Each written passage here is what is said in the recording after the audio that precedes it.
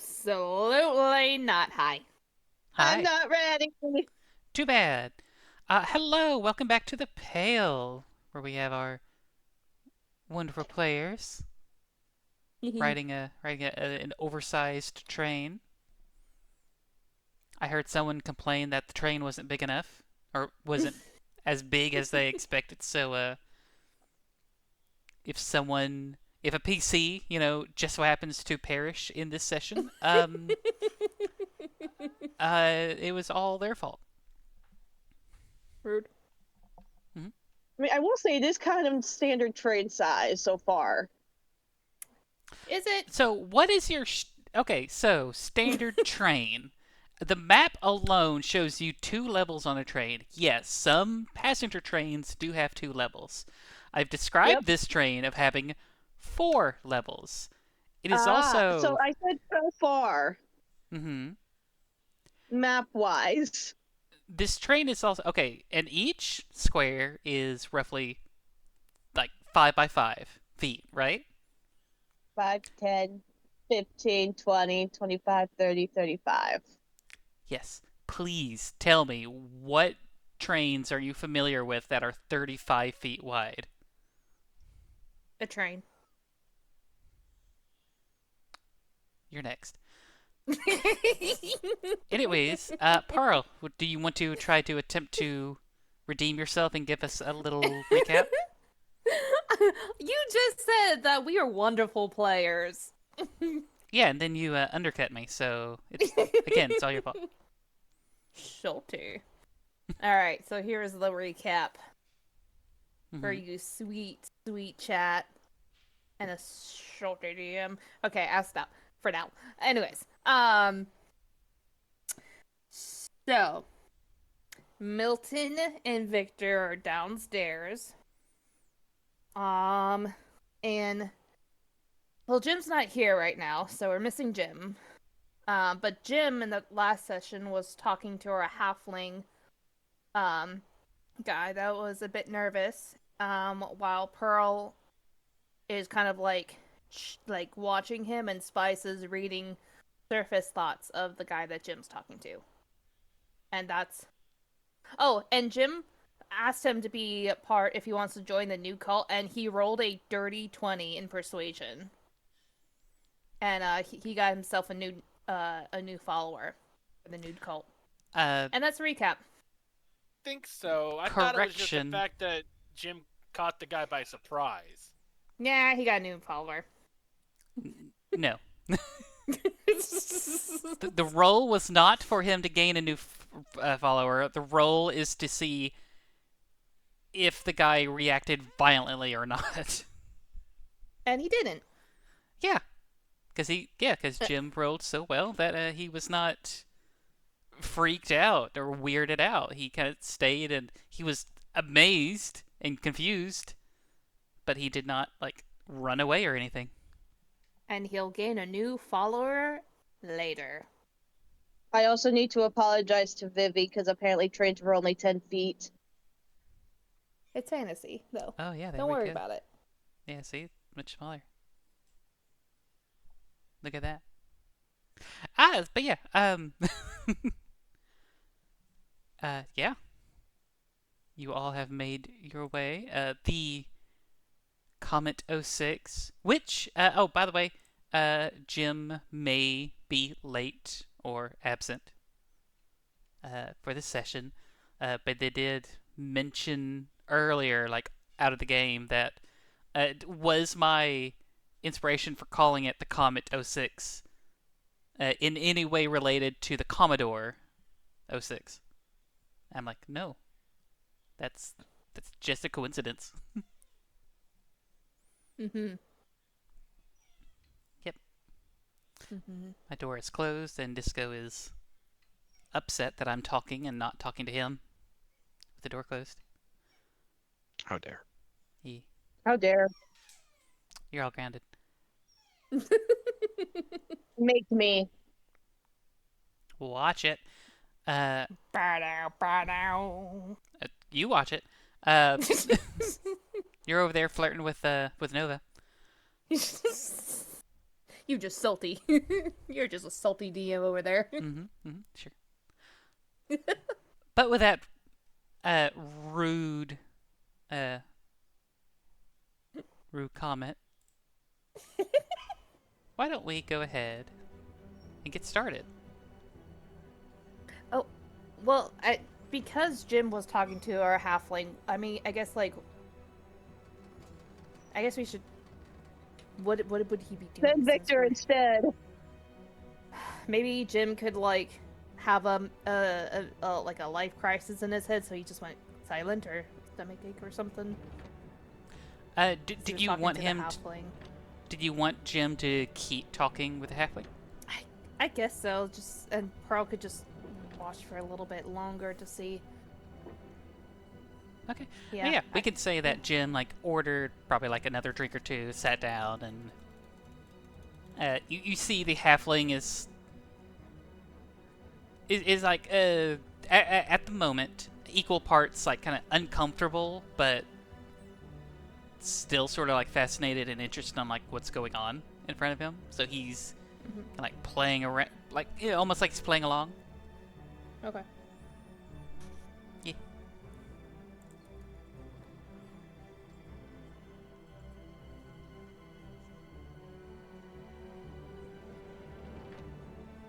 I mean, I'll roll a dice to see who goes next. Well, I was going to talk. Victor? Yeah, I was going to talk to the half-elf lady. Yeah. Victor, Right. take it away. No, the only thing you know is half-elf lady. I thought you said I rolled high enough. I was talking to Victor. Oh, yeah. Yeah. Yeah, I said Annabelle. Yeah, yeah, Edward was very I want to roll now, so I let him roll. But that being said, yes, you see that she's sitting there, no food or drink on her. It just looks like she's kind of lounging a little bit on one of the left seats that it's facing this, again, really big tavern style, a saloon style, window, kind of looking out into the sunset, or I guess by now, yeah, the sun would have set, and the skies are still a deep orange that's quickly beginning to change to the blues and purples. All right, I'm going to get 2 more glasses of the schnapps from the conductor over there and bring them over and offer her one. So, would you care for a drink? You see her look up and say, "Oh, no, thank you. I am not one for drink, but I appreciate." Oh, how about a little bit of company? I could probably do with the company. Sit down. 2 glasses on the table. So, you off to Archaven? Yeah, I am. I have a little project, a little show to do at Archaven. What? You see, as she's kind of starting to talk, she's looking at you. Your accent, you are Tristan as well, no? I can't hide it. My apologies. You asked for what I was doing in Darkhaven? Yeah, your project. Yeah. Oh well. And then you hear someone else kind of walking up, kind of behind, and almost interjecting into the conversation. Oh, don't you worry about that. It's No. I'm sorry. Wrong. Roll it back. Yeah, roll it back a little bit. You hear like the walk up. It says, "Oh, well, don't you know? This lady's the inventor of the analytical engine." Oh. What's that? You see the half-elven lady kind of rolls her eyes a little bit. Are you familiar with the difference engine? If you so wish. Not quite as learned as you. Yeah, Sure. Yeah, if you want to make a intelligence, a general intelligence check, unless. To be fair, Victor is not very smart. You But may the not. dice are. You may not be very smart in general, but with a 17, yeah, you know what a difference engine. A difference engine is is, to put it simply, a very large mechanical calculator. It can usually help run things and go through simpler equations en masse quicker than just simply like writing it out by hand. But Yeah, that's those number things, right? They use them for Yeah, stuff like that. that is correct. You can find them on many different places that natural philosophers you know, need to crunch numbers, so to speak. Actually, the phrase "crunching numbers" actually comes from an unfortunate mishap with one of the earliest difference engines. You will hear that the other guy walks over, hands a drink off to the dwarvish gentleman that's in the wheelchair, and kind of sits down next to him.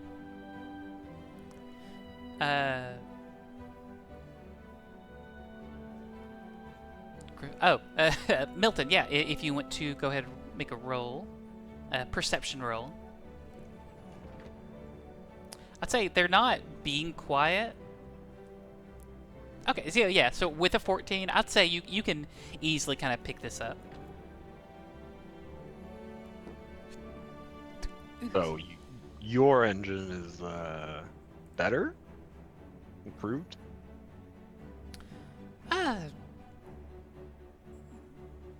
To put it lightly, yeah. You hear the other gentleman kind of pipe up. Oh yes, of course. If it wasn't for her, we wouldn't have been able to get other things accomplished as well. At least not within our lifetime. She saved a lot of time. Like she mentioned, number crunching before. Impressive. I volunteered to name it the Von Schultz analytical machine, but she's being awfully shy about it.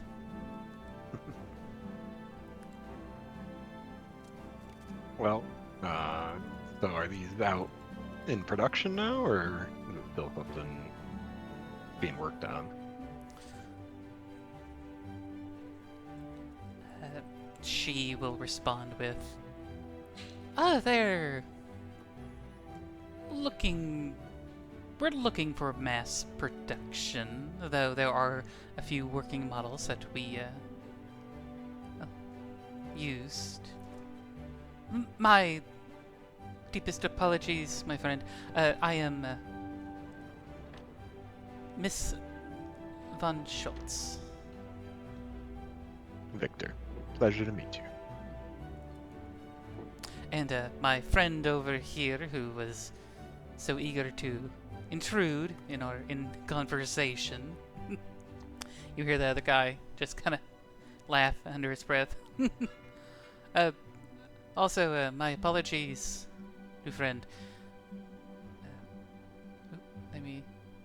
Mr. Hawksborn.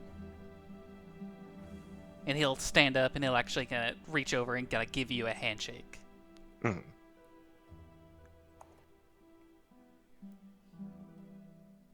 What about this gentleman here? And point to the dwarf in the wheelchair. You see him, he looks up, he raises his glass and kind of gives you a nod. My friend here is Mr. Ironclaw.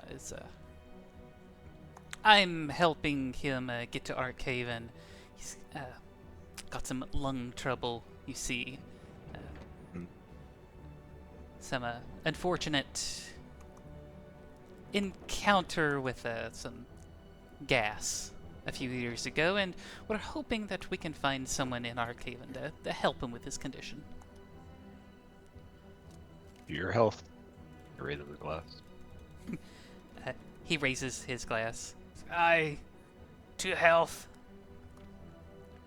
And almost downs his glass before Hawksburn is like, "Oh, okay.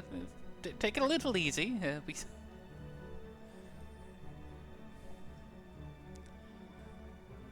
So, what about you, friend?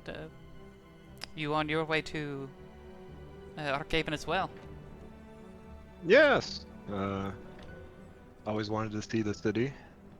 Was stuck in the bureaucracy of the Etruscans for too long. Figured I should go see the world. Yes. A lot of people,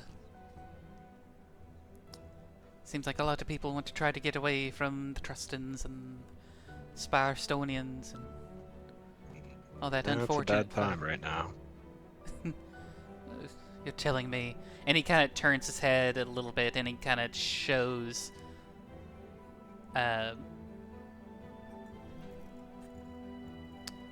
you see that there's like actually, let me double check. I can't remember if I had added this to his thing or not. My apologies. Just a moment.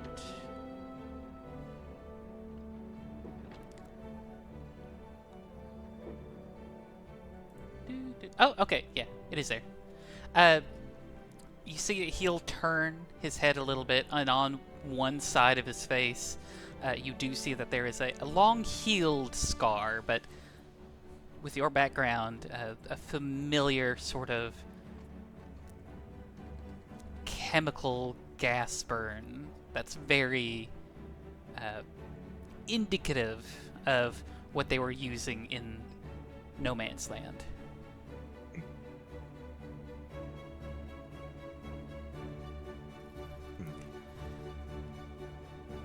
Yeah. We are hoping that, well, just between you and I, obviously can't go into too much details, while Miss Von Schultz over here is very eager to show off her analytical machine, or engine. Without her contributions,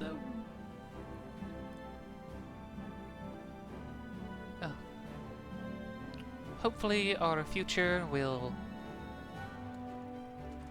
look a little more peaceful. Something to change the world, as they say. Be great. Kind of lifts up his glass and say, "To an end to war." End to war. Hopefully we won't have to send our ambassadors and emissaries every which way to try to piece it out. Aye, isn't that it? There's this old saying, talk softly and carry a big stick. But what happens when people no longer listen to a soft-talker? Sometimes it's the only thing they know is violence. But either way, we don't want to bring down the mood. This is supposed to be a time to relax. So, my deepest apologies. Well, I want to thank you all very much for the company and entrancing me with your stories, but I best to get back to my friend. Of course, of course. We have a few days until we arrive at Arcaven, so I'm sure to see you Sure, we'll around. bump into each other. Yeah. Yeah. Cheers. Sláinte. Gotcha. They're Irish now. Might have picked up a little something. As you walk away, I'm going to go ahead and make a roll for Miss Von Schultz.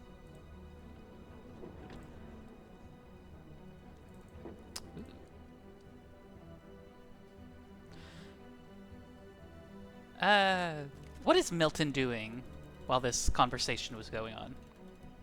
He's just kind of sitting there, drinking a cup of coffee, just kind of relaxing a little, trying to not look too suspicious. He's being the only one sitting at a long table, just drinking coffee. Not suspicious. But as Victor does get up and start to kind of walk away, you see Anna's eyes just kind of fall over just for a brief moment before catching you at the side of her eye. You see Annabelle turn her head a little more, catches your eye, just gives you a smile and a slow nod towards you. He just kind of raises his cup for a second and goes back to drinking.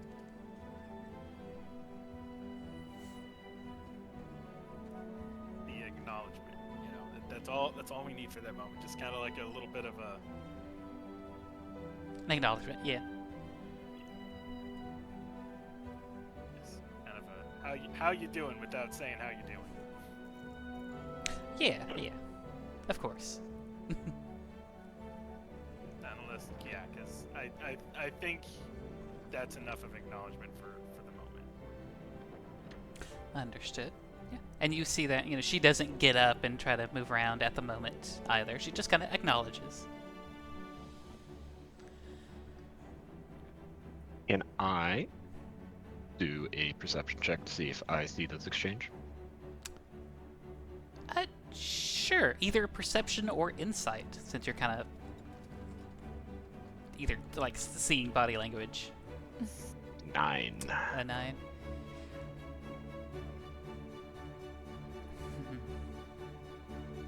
It's not. Well, neither of them were really being sneaky. Milton did raise his cup. Would he have to roll something to see if passes Victor's insight? No, I'll say. Not trying to hide it either. Okay, Yeah. fair enough. I'd say you probably see Milton just kind of you probably just catch half of it. You just see Milton kind of raise his glasses to someone. You know them? In a matter of speaking, yes. Don't think they're our client.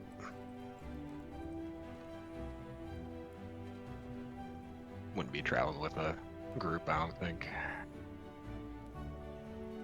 Do we go catch up with the others upstairs? Yeah. You might as well. All right. As you two start making your way upstairs. What? Yes. I just imagine they walk up and they see Jim handing a new pamphlet to this halfling. Well, I figure like some things have happened while they were like doing their conversation down on the first floor. So while that was happening, what is? Yeah, Jim's kind of conversating with the halfling. The high elf is doing a poor job at thirsting over Nova. You see the other human female with the really short hair, just kind of sitting a little farther away, just kind of minding her own drink. And what are Pearl and Spice doing? Because I think you were at one point. Spice was kind of doing like surface thoughts of The halfling. yeah. It was like the halfling, the other bartender slash conductor, reading the. Yeah, I was trying to remember who all you did like the quick like surface thoughts of before your spell ran out. Yep, I think I did it to everyone who was on the train at first, except for Nova. Yeah. Okay. Yeah. After that had ended, and you kind of got an idea, and I think you discussed a little bit with Pearl, like what to do next. I think. Yeah. Well, I guess what is the halfling doing? Like, she's kind of watching him a little bit. Can I make a perception check, like just a general perception check on everybody in the room? To do what exactly? I want to see if anybody's looking at any sort of time thing, if they're looking around the room. Okay. I'll say that would be either perception or insight. If you're reading people, or if you're just kind of doing it. Okay. Yeah, I'll say insight for someone. Insight if you want to just focus on one or two people, or perception to get a. No, either way, perception or insight. I'll do perception since I'm better at that. Okay. Dirty 20. All right. You get a good kind of look over the room. You hear there is a little bit of conversation down on the first floor. Jim! What? The prodigal Jim. son has returned. Oh, I And didn't. just in time, too. I'm here for D&D, although a little late. Ah. You're just literally, you're perfect in time, Jim, honestly, because we just got to what we were doing, so good timing. Yeah, we did Victor's conversation with a few new friends on the first floor, with Milton just kind of watching, waiting. Milton? Yeah. Just watching and Yes. waiting. Milton, are you there? Yeah. You're quiet. Yeah. For once, you're quiet. He didn't. You sounded okay Anyways. to me. Okay, Yeah. I mean, you might have had him turned down a little bit, maybe. But he seemed alright. I'll turn you so- down. Yeah. Well- No, they definitely had to be turned down. Remember last time? Don't remember. We were playing. We were playing. Nope. Something, and it kind of. Not at all. That's alright. But yeah, we were just kind of going on the assumption that Jim was kind of talking with the halfling and kind of just keeping him distracted. But Which I would have been. that being said, you had some conversation with the halfling last session. Is there anything else that you want to talk with the halfling? While Pearl is kind of looking over, trying to get the vibes of the room.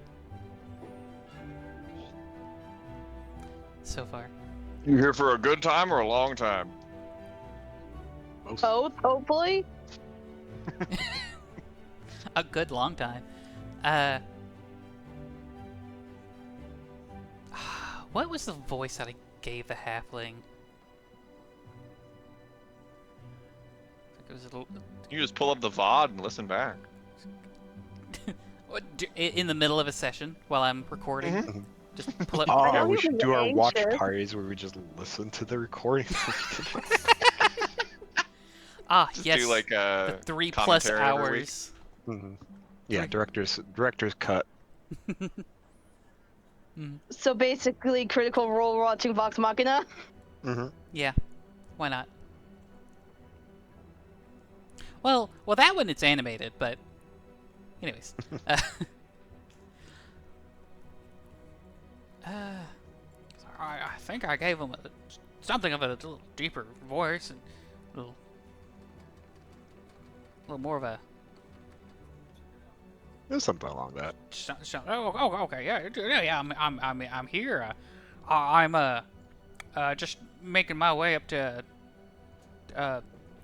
Spirestone.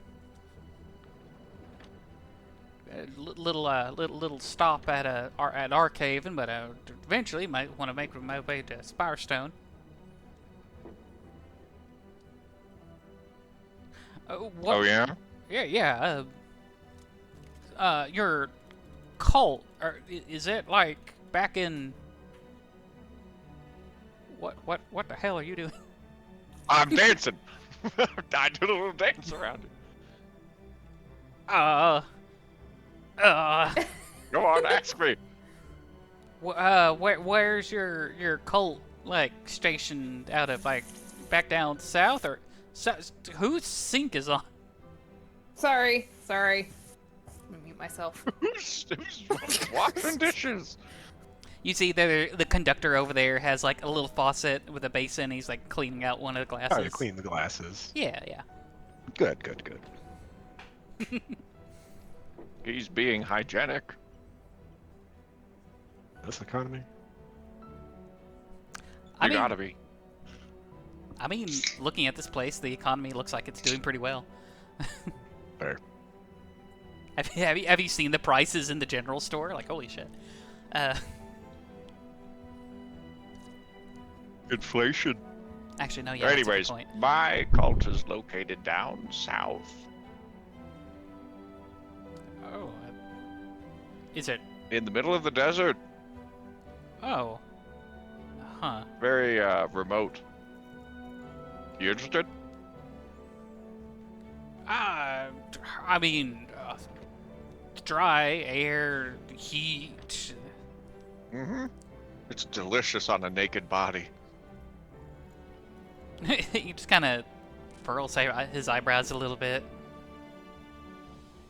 Just like out. Anyways, in the enough open? about me. Oh, yeah. What? Oh, We spoke at the same time. You first. no, it's fine. I'm just worried about nudity and dust devils and the like, but. No, it's Enough fine. about it's fine. me. What are you doing here on this lovely train? I just said I was looking for riding on my way up to Spirestone, little stop at Archaven, but why are you going to Archaven? I'm just a traveling bounty hunter, working for a few different people, including the emissaries. A nudist bounty hunter? Yeah. I have a dog named Benway. The hell sort of name is Benway for a dog? Benway. Well, once my business is concluded, I'd be sure to contact you if I can. Pearl. Oh wait. Oh yeah, you're muted. If you can hear me, Pearl, with your unnatural 20, kind of keeping an eye on everything going on, you do see that this lady over here seems to be like perking her eyes up a little bit. In Jim's direction. Towards the conversation, yes. Okay. As I'm a nudist. Oh God. I think Pearl might. I guess maybe she might talk while Spice is watching Jim and them. I think I'm gonna have Pearl go talk to this lady to see if she can see what's her thing. Actually, I'm gonna tell. Whoa. Wait. Do you have one more slot to fill to check on? She says this in a low voice to read this lady. It would be I would have to go away for 30 minutes. And then it would be my last spell. Okay. Okay, never mind. Save it. But Pearl's gonna talk to this lady as she notices that her eyes perked up.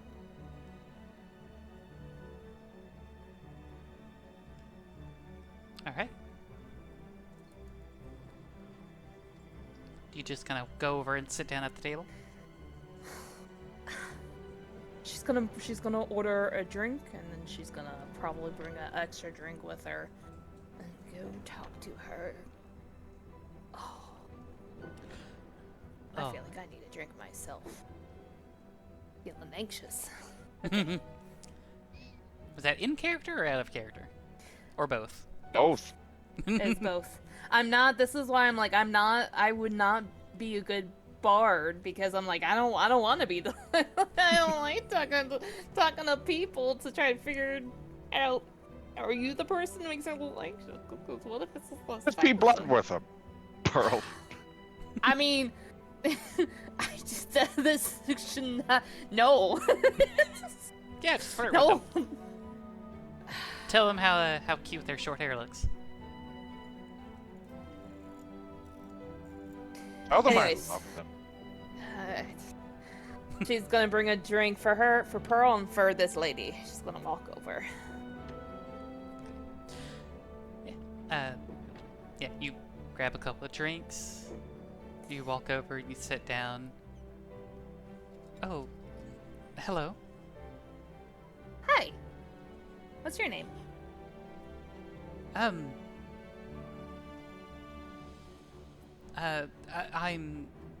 Sybil. Sybil. Hi, Sybil. I'm Pearl.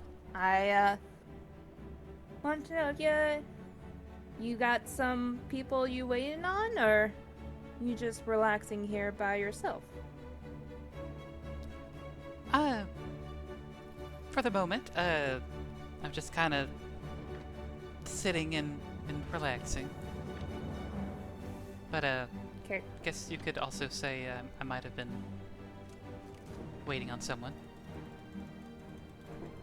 Okay. Well, mind if I take a seat? I hope I brought a drink. Would you like a drink? I'm sorry, I'm very awkward. No, it's fine, it's fine. I honestly could use another drink. I hope you approve of this one. I just kind of got this rum and coke. I started getting into it, so I hope you like rum and coke. Oh fuck, what's a Coke? I hope What you the like fuck is a rum, Coke? Chat, and what's a honey. Coke? I Chat, hope what's you a like Coke? rum and honey. Rum- Ooh. Actually, you know, I'm gonna note that down. I was gonna say it's a fruity mojito. But no, you know what? Let's go with rum and honey instead. Mojito. Oh. Ooh, it's sweet, but it burns. Yeah, it's a good kind of burning sensation. Like, I think they term it, they call it sweet and sour, but in this case, sweet and spicy. Yeah. Spicy! So, I guess are you just on a vacation, or where are you heading off to? Vacation is a pretty apt descriptor for it, I would say. Oh, and Spice, what are you doing at the moment? Are you still... I was watching Jim. Oh, okay. Here, I could move you over to the table. I'm being watched. Deeply. And without mercy. But yeah, you could say that I am, on a vacation of sorts. Oh. Are you heading to Arkhaven as well?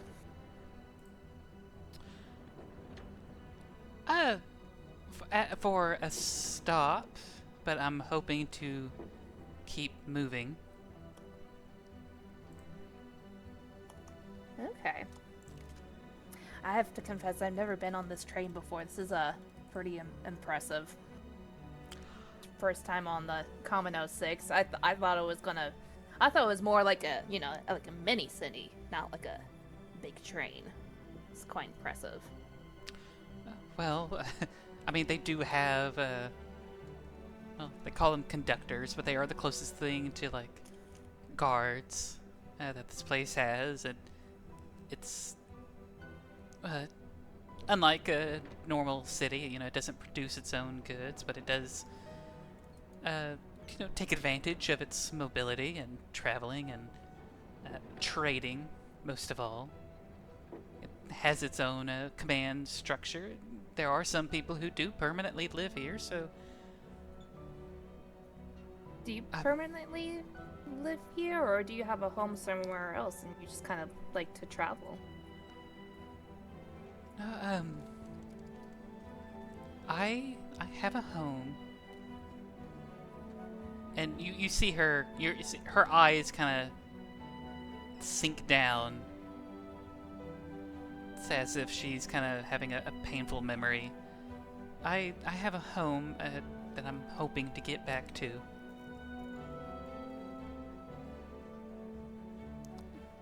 Are you... I'm sorry if that... Oh, it's... Sorry, go ahead. No, it's all right. It's it's troubling times and all with the various wars going on and people being displaced, and as she says this, kind of rambles off a little bit. You do see her eyes when they sunk down like towards the table. Then you see that her eyes kind of then motion over to her brass arm. I imagine that happened in that pass. You look very sad about. Yes, it's... Well, we do what we can with what we have. You hear the very light clinking of gears on gears as she kind of moves her little metal prosthetic around. It seems like it's pretty well made. It seems to be pretty dexterous. As she kind of moves it around on her own. So, are the people you waiting on? Are they? I mean, are they your friends? Are you traveling with some friends that you're waiting on? I'm traveling alone. She kind of looks up at you. But I was hoping to find some traveling companions. Jim, it is at this point you see that the halfling seems to be a little distracted. Hey, I'm talking to you about nudity. You understand what I'm talking about? I certainly understand, but it's... Keep listening. Doesn't the sandstorms hurt you? Do you have thick skin or something?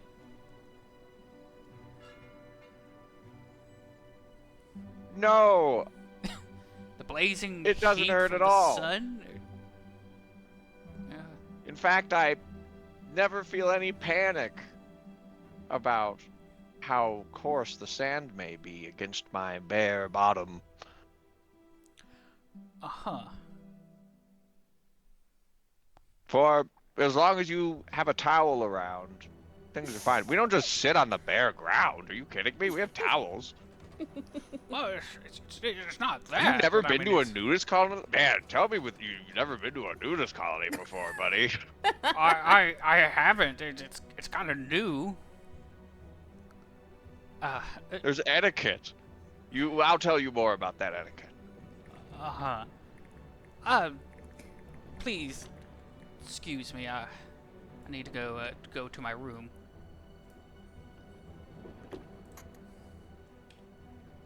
He Spice kinda, is going to go up to Jim and just say, I don't think it was him. But you did well. He's the assassin. We should keep an eye on him. So, Pearl was gonna be like, I'm traveling with a couple friends. We're adventurers, and we've done some emissary work. Does the lady, and she how does the lady react to that? she when she looks drops emissary? relieved. She looks relieved. Yeah. Pearl's gonna give her a smile. Seem at ease. That's good. Yes. I think it's the rum getting to me. It's, Mhm.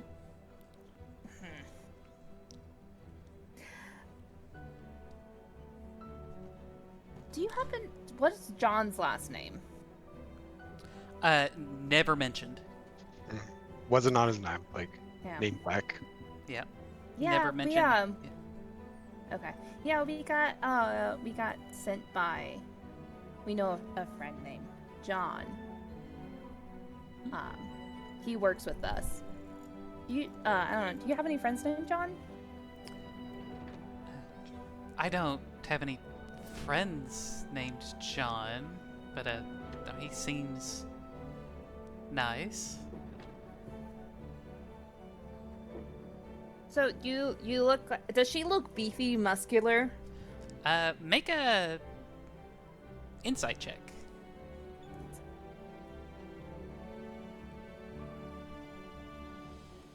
If you want a closer look at her. 19. Ooh, it's not bad.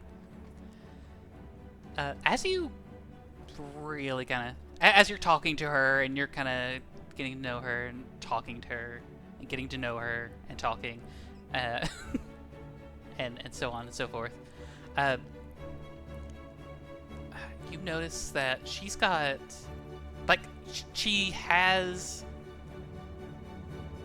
an off-green, button-up shirt with little brass buttons on it. She's got a bit of an oversized overcoat on, kind of shortish hair.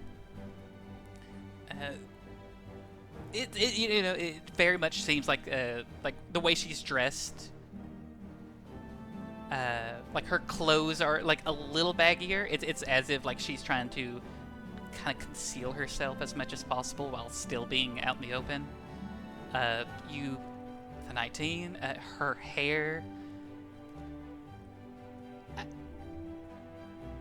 looks like it might have been cut recently.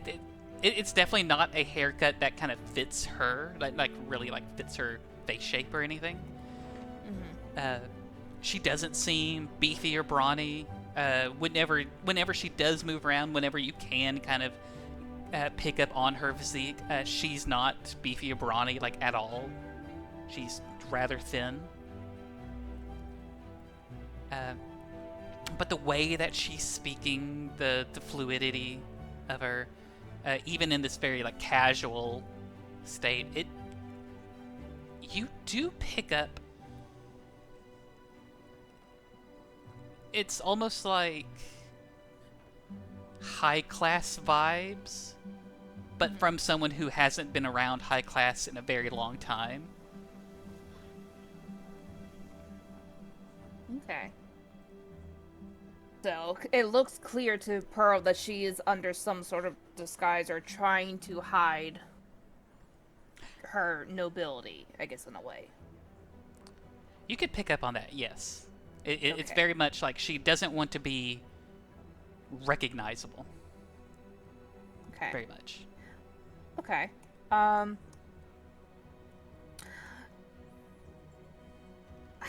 mean, like, that, you know, that arm that you have, that looks like it packs like a pretty good punch if you hit somebody with it.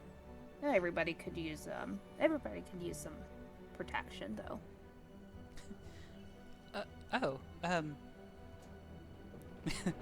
I mean,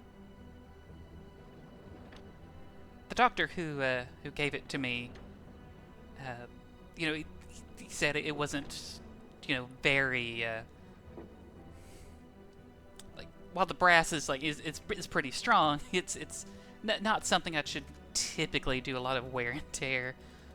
But I mean, there is some heft to it. Like I guess in a emergency, if I had to swing with it, it would hurt pretty bad. Because I never really thought about it that way.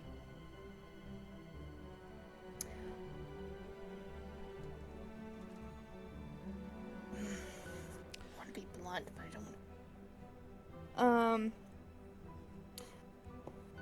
Have you ever... Well...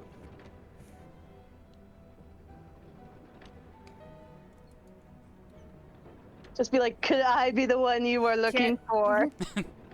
I mean, like I said, me and my friends, we're pretty good at what we do. So if you ever get into trouble, I mean, we can protect pretty good. She leans down and she kind of lowers her voice a bit. So I take it you are the emissaries. Fuck yes. Pearl just look a little arm pump underneath the table. And Ma'am, she's what are you gonna doing under the table? just Get off. fast movement. Don't worry about it. She's gonna turn her head and she's gonna send a message to Spice, and she's like, I found her, get the others. And then she's gonna turn back to the lady, and then she's gonna scooch closer to her, and she's gonna probably take out her plant book and write in it, are you the VIP that the emissary hired us to protect? And her plant book, and kind of slide it to her after she tells Spice to get the others. She kind of looks at it, quickly closes it, just kind of gives you a nod. Okay. Why don't... Well... Okay. Well, I would love for you to meet my friends. It's a little bit crowded in here, though. Do you mind if you want to go somewhere a little more... Yeah, it's not so crowded around in here. I wouldn't mind. Okay. She's gonna, get up. She's gonna send, she's gonna, like, kind of turn her head, still facing at the woman, but she's gonna send her last message to Jim. And she's like, I found her. Come get the others. Grab Spice, we're gonna get the others, and we're gonna go somewhere in private. Okay. While And this she's is gonna... Yeah. while this is finishing up, does Victor and Milton, what are you two up to? Just hanging about, watching? I think we're about to head up. Yeah. To meet up with those Okay. silly people. And Spice will head down and run into them and be like, we got him. Are we gonna have to roll like a save to see if like we get knocked off balance or running into each other up the stairs? I'd say Ladies and gentlemen, we got them. it's not. You know, it's not dark.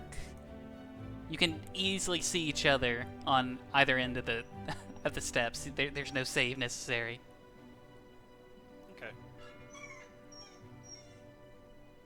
but Disco apparently disagrees with you. Nah. Who cares? Who cares what he says? What he thinks? I care. Oh, wow. Rude. He's cute. Wow, rude. And I like cute things. If only someone would say that to me. Wow, I Viv. deserve that. Alright, so you two start making your way up to the stairs. You see like spices like coming around the corner. And you say, "We got him." We got him. And you would see Pearl's just like, she's like side by side with this woman, and then she would be like, when she gets close, she's gonna motion for the lady to like, let's go somewhere more private. And when she gets into her friends, she's gonna tell like, here are my friends. But it's getting too crowded. We should go somewhere private. But here are my friends I was telling you about. And kind of give like Victor and Milton a look like, that's her. With the hint of we should go somewhere more private. Yeah. Victor, Yes. do me a favor. Roll a history check. History. Dirty 20. Dirty 20 is exactly what you needed. Nice. Because as attention is kind of brought to this woman, you've never met this person before. Mhm. But a couple of times you've seen paintings. Oh. Where have these paintings been? These paintings were mainly shown in the capital of the Trustan Kingdom, within Eisenthrone. A family portrait of... let's see if I can bring up... This may or may not mess with the... Oh, but No, it did not mess with it. Okay, cool. Hold on. Let me bring up my notes real quick.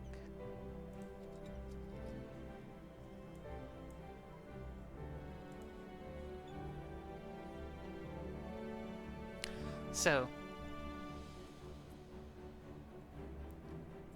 yeah, very these royal like family paintings that you've seen a couple of times, but it probably sticks out that shortly before the Trustan kingdom committed their surprise invasion of Spirestone, just before there was an incident where Kaiser Ludwig Trustan III's daughter was seemingly assassinated.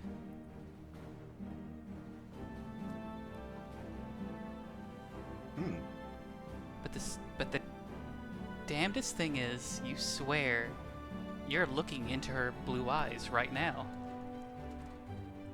And you also see, you would also, everyone here would also pick up on the bronze prosthetic arm that you don't remember being part of the painting before. shiny. Oh yeah, you also know her full name as Sybil Eleonora Trustan. Oh, well, that's kind of a giveaway.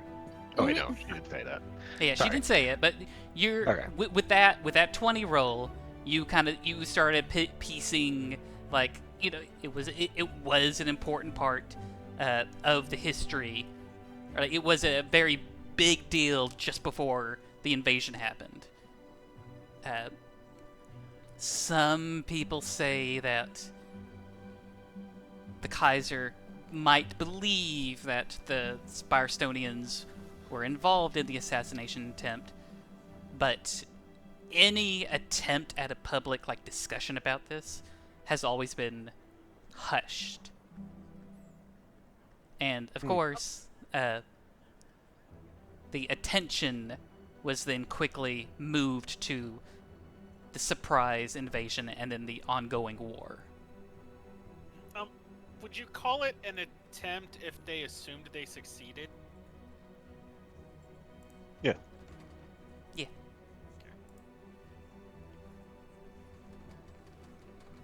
Because, well, you don't know. Milton doesn't know this.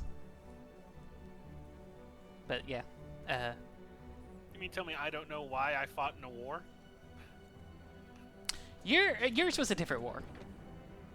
Yours was between the Trusted Empire and the Gaelid Agreement, which happened before the current war. Ah, okay. Yes.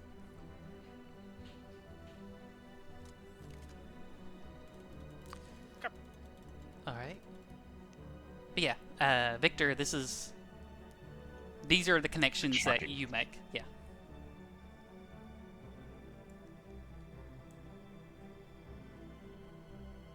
Right, guys, let's go somewhere more private. Too crowded in here. Getting stuffy. Yes, I agree. Do you have rooms? Yes, we have a room. Right.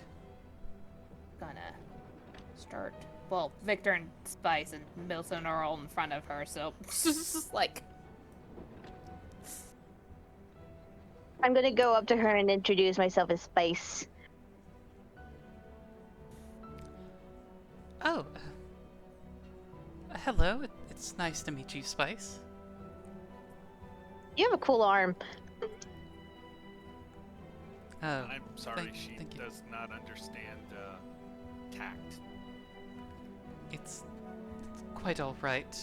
My travels have exposed me to a great number of different people than I think I would have ever met before. It's really pretty. All right, let's go. Walk and talk, guys. Pearl's gonna. Yeah, I was saying that as we were walking. Yeah, she's gonna just kind of make sure that the ladies following her, and then she's gonna. Who has the bigger room? Who has the biggest room? They are all the same size. Oh, I accidentally dragged. Oh wait, how? There we go.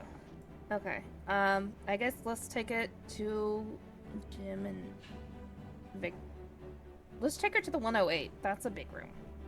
That's a shop. That's a shop. Let's take her to your room, the 110. I think we were. Let's take it to the shop. It's really private. Yes, it's. Need it. Oh, if you don't mind, there is something I do need to get from my room, real quick.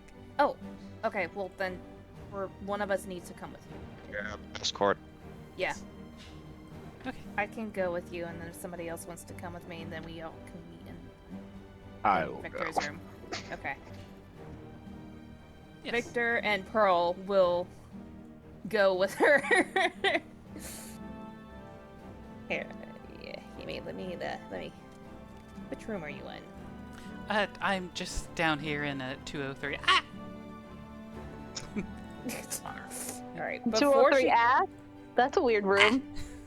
But before she opens up her door, can I just want to do a perception check, real quick, A perception check for traps. She's on bodyguard duty. DM. If you're specifically looking for traps, that would be more of an investigation check.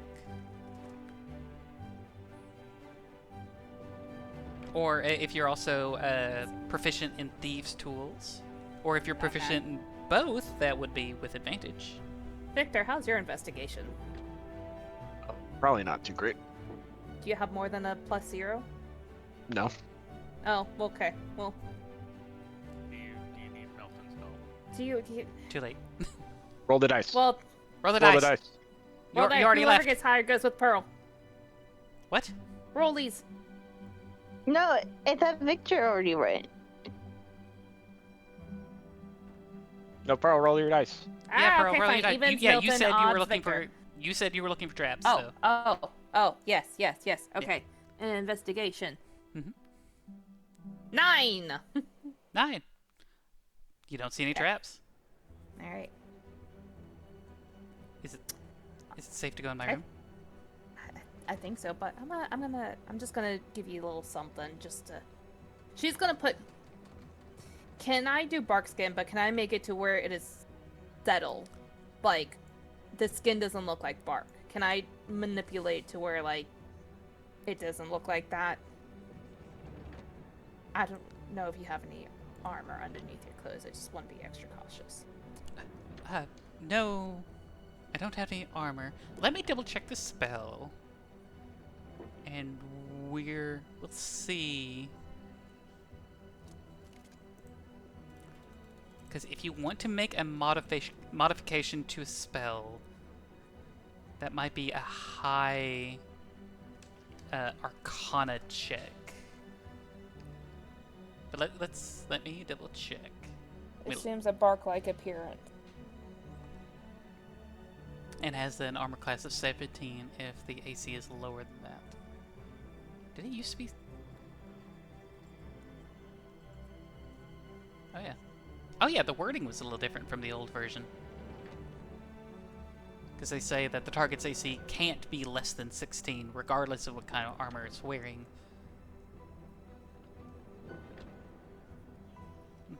Yeah, I guess the newer description's a little cleaner.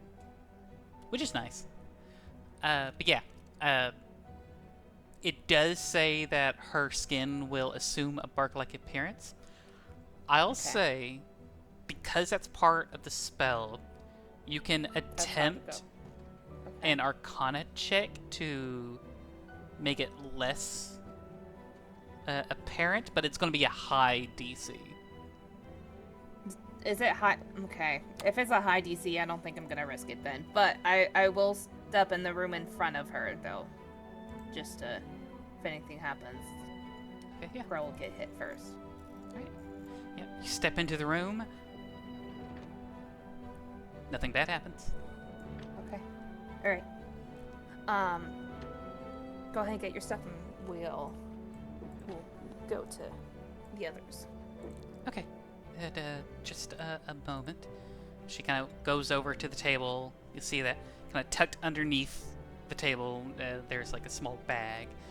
She opens it up, rummages through it, kind of makes sure everything's there. Jim. I'm here. Hi, Jim. Hello?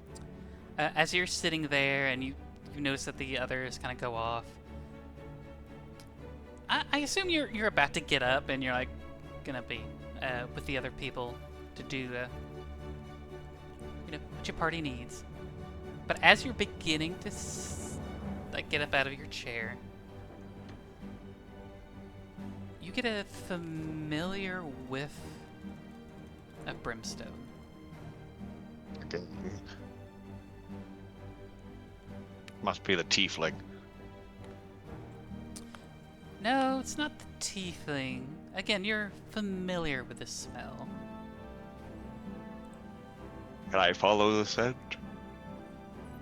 The scent comes to you. Oh no.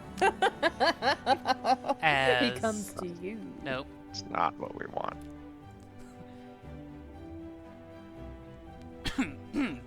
Well, howdy there, Jim. As your senses, the senses, the rattling of the train, the distant conversations, the smell of the liquors, all of your senses, save for what you can feel right in front of you, what you can hear the person in front of you, all seems to just drift away. And it's almost like you two are sitting at a table in a dark room by yourselves. It is almost unnaturally quiet. Dips. You and your party tricks. Oh, we got this. Yeah.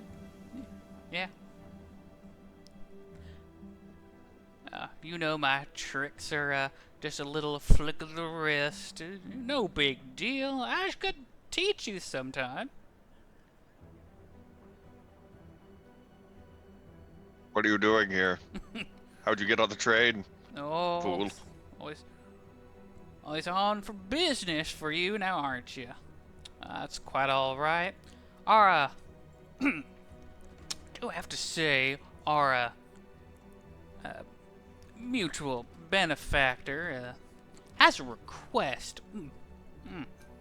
And you start to hear him like eating something. Oh, this is good. Jim, you wanna bite? Got some lamb chops here. Lamb chop? Sure. Come on, boy. Won't you take a bite of a lamb chop? No. I'm full. Had enough to drink this night. Away. Suit yourself. Oh, cooked to perfection. Well, Your perfection. I know, thank you. Well, our benefactor seems to think that there's a little something here on this mighty train that could be of use. A little, leverage and all that.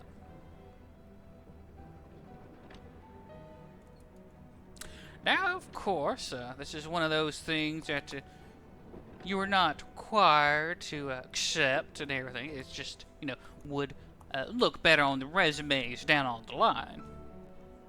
If you catch my drift. No one's here to hear you talk, nor cares about your riddles. Talk plainly. Well, here, I thought you were a fan of my little party tricks, but fine. Down in,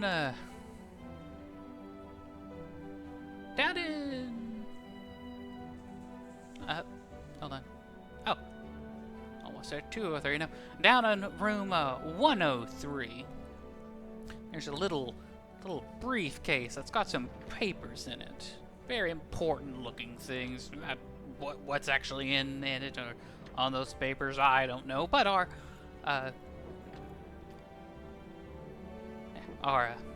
acquaintance wouldn't mind if you pick them up.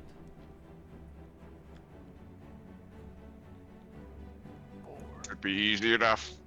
Where do I drop them off, Dips? Just keep them on your body when you get to Arcaven.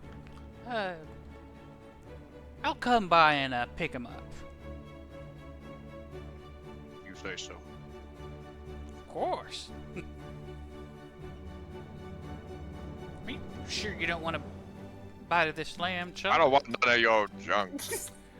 All right. Poisoned. Poison? If it was poison, I wouldn't be eating it. Well, either way. You do this, and of course, if you don't do it, no harm, no foul, no punishments, no getting thrown into a lake of fire or anything like that. But I have been told to tell you of a little tale that you might get a little recompense for your efforts. Like a shorter sentence. Please. Shorter sentences are not indicative of a smart mind. Well, then I guess you know all about that, don't you, Jim? I do. Keeping it simple. Not bad. Maybe that's why they like keeping you around. I'm easy. Well, I think my time's about up here. But yeah, suitcase, important looking papers, room 103. And, yeah. Well, I'll see you later, Jim. Alrighty, Dips. Goodbye. See you back at camp, I suppose. You hear him kind of walking away. Then you slowly feel yourself coming back here. The sounds of distant conversation gets clearer. The gentle swaying of the train begins to vibrate beneath your feet and your hands. To anyone else who was kind of watching Jim for a moment, you wouldn't have noticed anything strange or anything different. Just Jim kind of looks like Jim is about to get up, sits back down, and it's not like 2 or 3 seconds until Jim, you are able to do what you so please. Nothing like existing. Are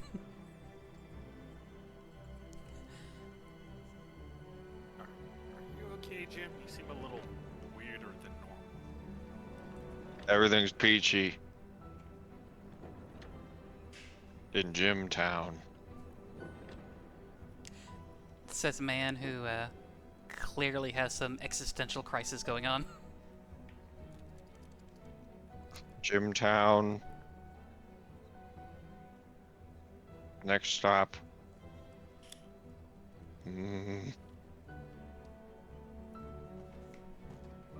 While I'm in the room with her, like,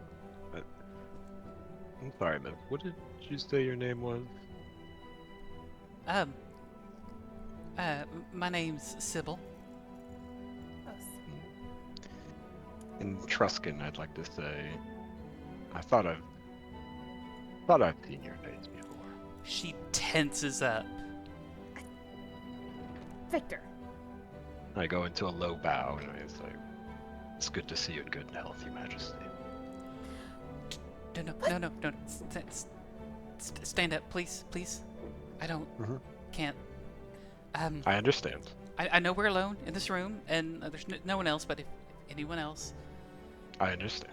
I've been hiding for years, and you see she is instantly going into a panic attack. No. Can Pearl, like, try to, like, help calm, like, it's okay. She's like, kind of give Victor, like, a little bit of a look. But she's like, it's okay. We're here to protect you as much as we can, okay? Deep breaths. Yes. yes. Okay, yes. By my life, you'll be safe.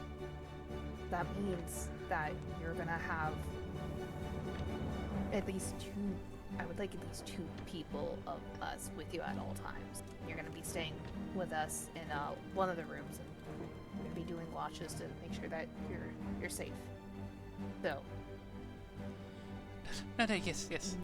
Yes, you're right. No alone time for you, Missy. Of course. Yes, Your Majesty, if I may just make one humble suggestion. Are you saying are you still talking in Truscan? Yeah. Okay.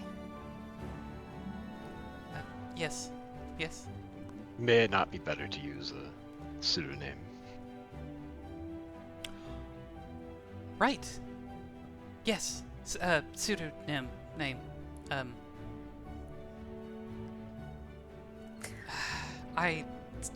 Yeah. Perhaps something we can call you that wouldn't raise suspicion. Right. Yeah, I changed the spelling on the ticket, but I did technically keep the name. I guess new name would be better.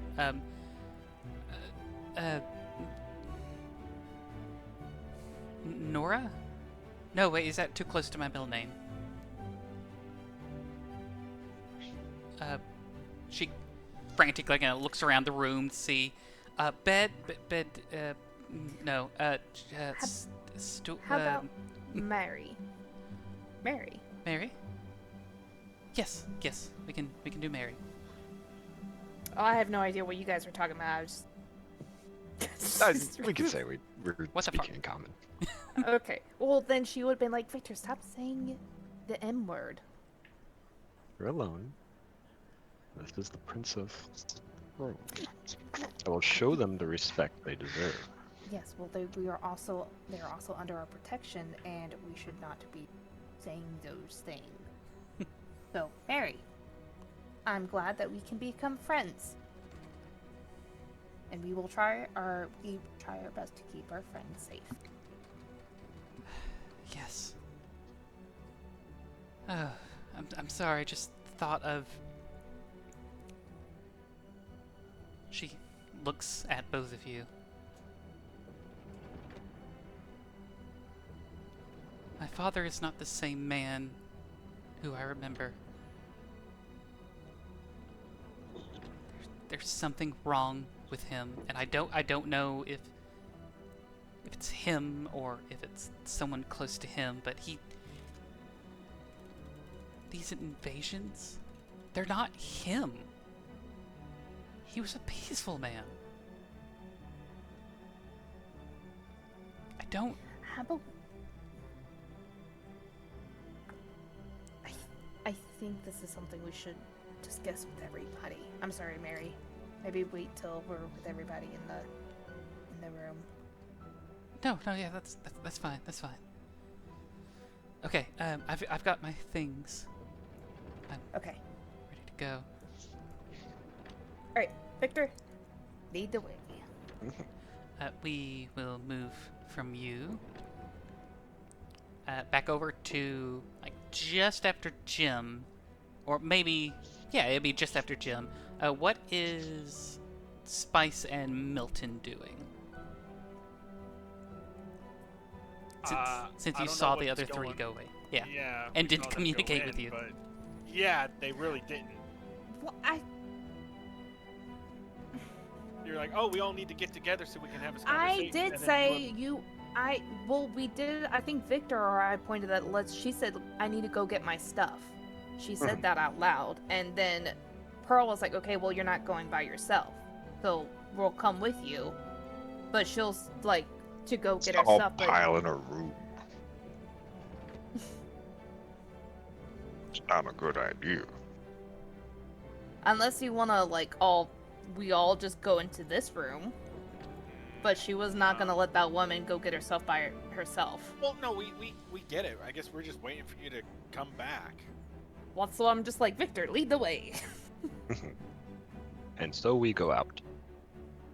Back to our good friends. Yeah. Sure does. Okay.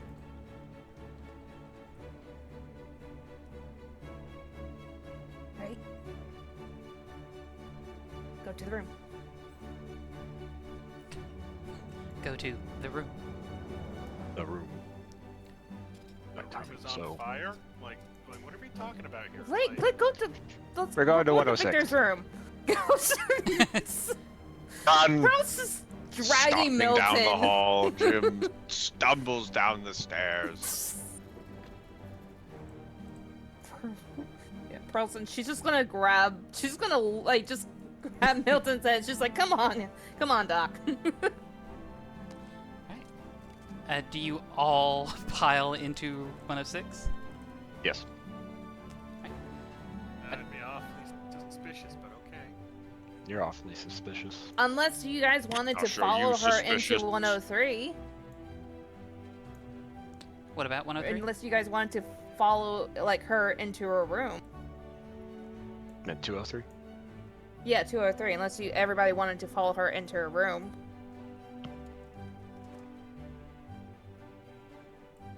No, you already kind of she's already grabbed her stuff, and you three have Okay. already kind of reconvened back in Yeah, the maybe Brass going Lantern. down one at a time. Maybe going in small groups one at a time. Like the other group goes the opposite way.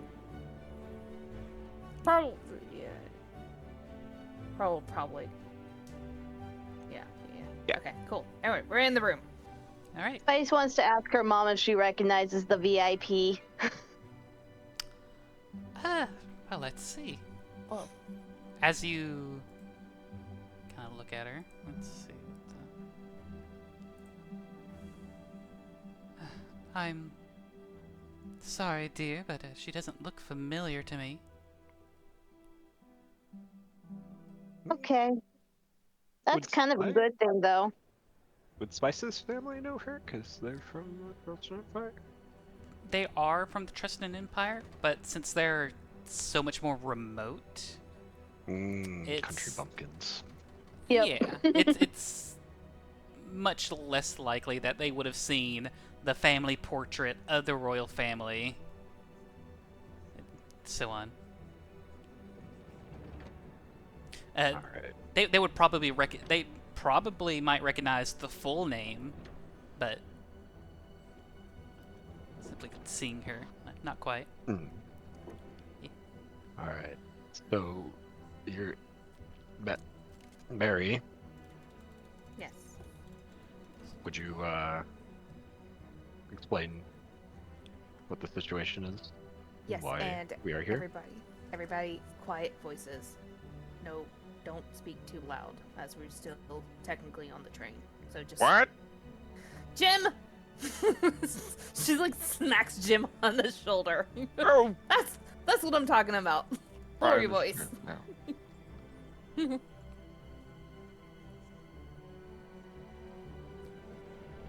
Mary, sorry, go ahead. Yes, I'm sorry. What was the question?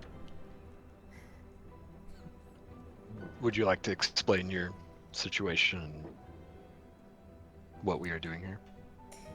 And you're all with emissaries? Mhm. Yes. Oh, could Pearl have No. How high is the No. ceiling outside the room? Oh, like in the hallway? Yeah. Hallway. It's not very tall. So Lumos probably would not be good with stealthing. Okay. Jim, real quick, Yes. we'll leave the room No, no. and stand guard at the door. Okay. Do you mention this to anyone else, or do you? I do. I Okay. mention it to the team that you will have to update me on what her information is. I will watch, stand guard. Better yet, I will stand over here, Like closer the to this stairs or table, but something? able to see down the hall still, just in case anyone's trying to eavesdrop into our conversation. Okay. Not bad. But you can't see. Yes, he can. I'm blind. Best man for the job. Never would They never. won't know a thing. They'll never suspect the blind man. Exactly.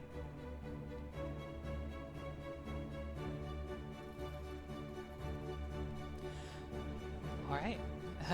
Like Yeah. gives a look at Victor and then maybe you should keep an eye on your voices. You're already caught up to speed. I'm not going anywhere.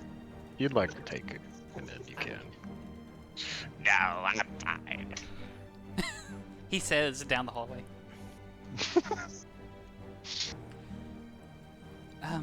I Yes. Well, my situation, if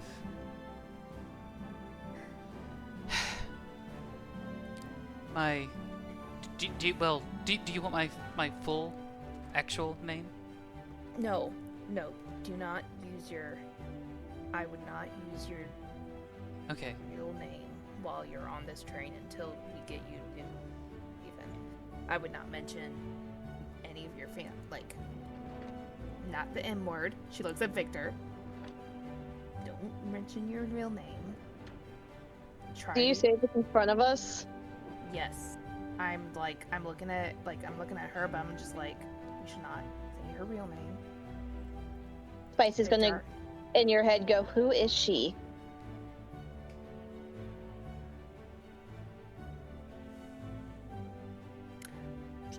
She will respond by, well, her first name is Sybil, but I can tell you more after the mission.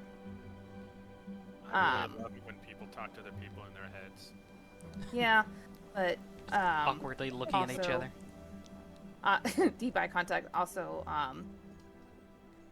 we should do it in shifts. Make sure that she's with one of us in the room at all times. Do a shift at the night, so that way one of us could watch over her. Maybe have another person in the party sleep in the same room in case, they need backup. I will be putting some bark skin on you at night when you're sleeping, just for extra precaution, Mary. It doesn't hurt, but since you're not wearing armor, it'll give you a little bit of boost for a little while. Sure, yeah. Is it uncomfortable? Would I be able to sleep? No, you'll be able to sleep. I just want to make sure that you're with somebody at all times, so that way you are safe. It can feel a little weird the first time, but you get used to it. It's kind of comfy. Yeah. Uh-huh. Right. Okay. So, but you wanted me to tell you my situation.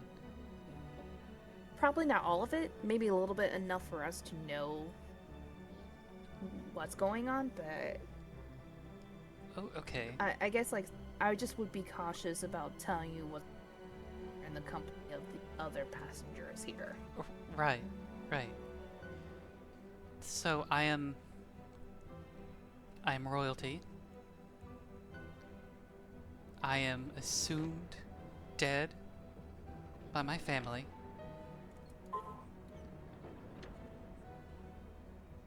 I am trying my best to get back home, but the people who tried to kill me know that I'm still alive.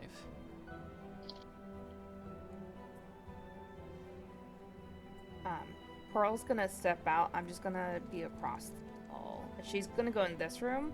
She's gonna leave this door open, and she's gonna sit in the bed, and she's just gonna just kind of keep watching to see if there's anybody that's gonna be passing by, coming through this way. But she's gonna take out her plant book and just kind of doodle in it a little bit. Okay. And she's just gonna kind of watch this area as well. Do you know who wanted you dead? I don't know the details. I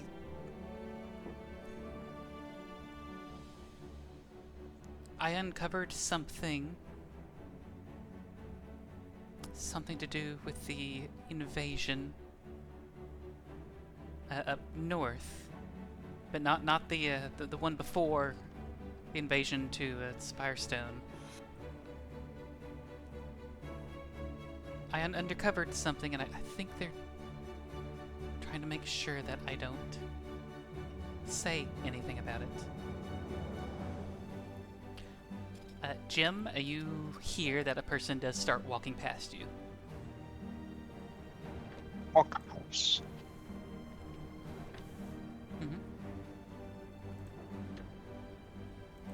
Is this the only position they've been in? I was kind of waiting for the conversation to kind of die down before I had them start to walk past. But yeah, they are actively just kind of walking past. Not the same guy that I was talking to before, so that's good. Oh, he's back where he is. Pearl, if Pearl sees her coming, she's going to look at her book and just accidentally run into this person very loudly if she sees her coming closer. No, yeah, you see that she's walking down. Okay, when she gets here, Pearl's gonna accidentally run into her and say very loudly, "Oh, I'm so sorry. I did not see you. My apologies." Make a deception check for me.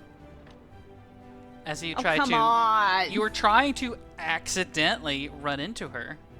That was quotations over accidentally. I'm hearing her. I hear her come close. Mm-hmm. I'm still looking down at at my book, probably doodling. I'm not looking up, making eye contact with her. Right. I'm gonna put guidance on myself. So you're going to be casting magic Good before God. you run out of the Good God. doorway Good to God. run into someone. She left. Who what? She She's died. She's gone, Viv. Oh, what? Why? She's dead. She's perished. I have the. There she goes. Oh, Welcome back. oh, sorry. I guess my PlayStation died because I'm using the headset Wow. and it's not on it. But I said I'm a willing creature, so I can technically put that spell on me. That's not okay. I mean, that's not the That's problem, not what but that's Viv was fine. implying, but okay. I love spells. So you So, yeah, take. So you hear this person coming. You take 6 seconds to cast. Yeah, I'm gonna put it on deception. Okay. All right. What? Hold on. Shoot, what was it? Guidance? Yeah. Okay. All right. So yeah, you're Let me roll going my- to be. So yeah, as she's walking down the hallway, you have 6 seconds to cast guidance, in which does have a verbal and a semantic spell. So you do verbally cast a spell. Please. Soft words. If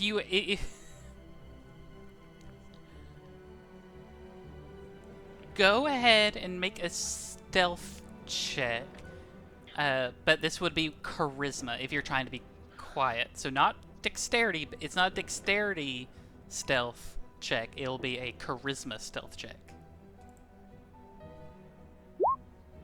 17.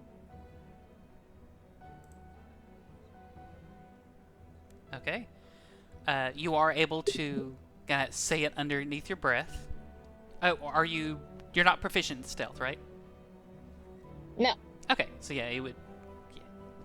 So just I'm a plus 17. 2. That's pretty good.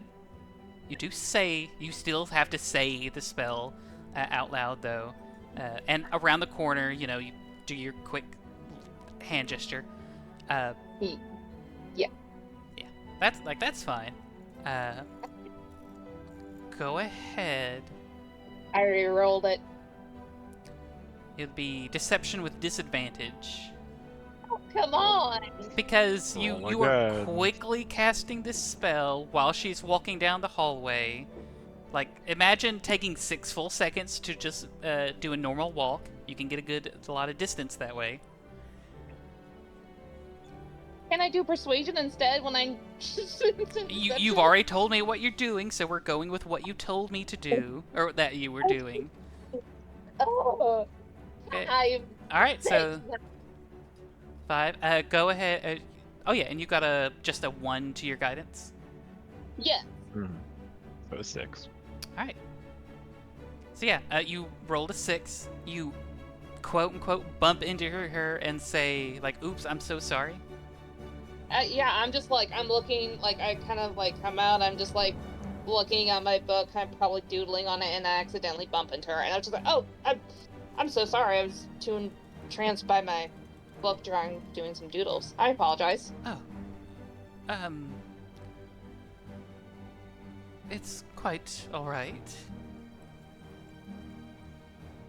And I say it loud enough to, like, have Victor and then kind of hear it, and, like, so... sorry.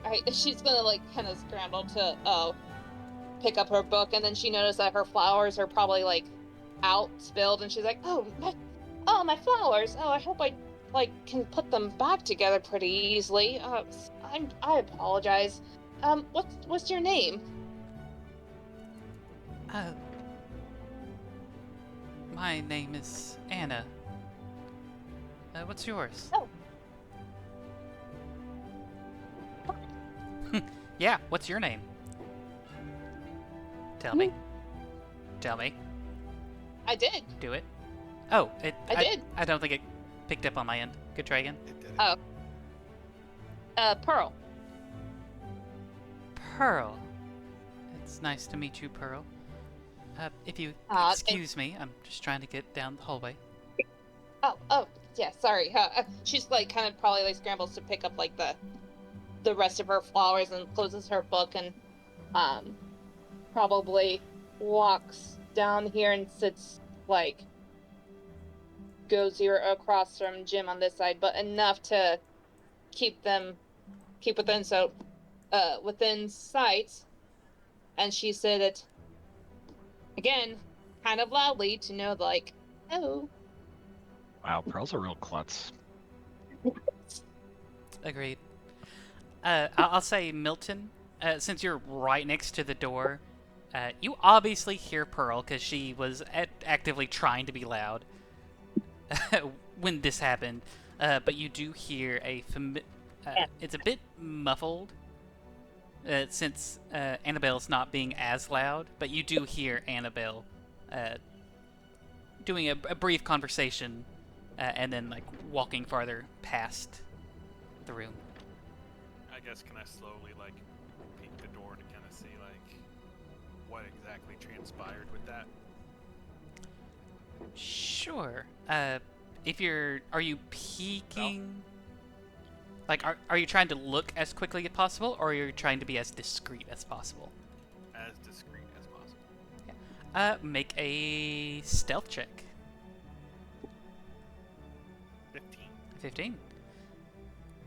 As you're kind of discreetly you hear like both of them, like two sets of footprints like walking away. You very discreetly open up the door, and you do see Annabelle. Just like the tail end of Annabelle, like walking through this door into this little shop.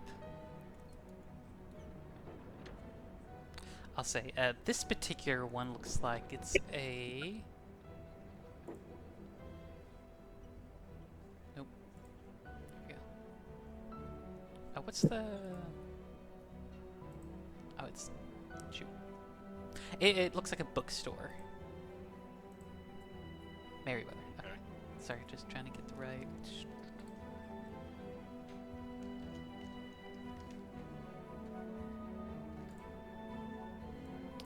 Boop. There we go. Back to the tokens. There we go. I'm keeping the others blank just in case someone does need like a certain store. I'm like, oh, it just so happens to be right here. Okay. Yep. Yeah, that is what you are able to see.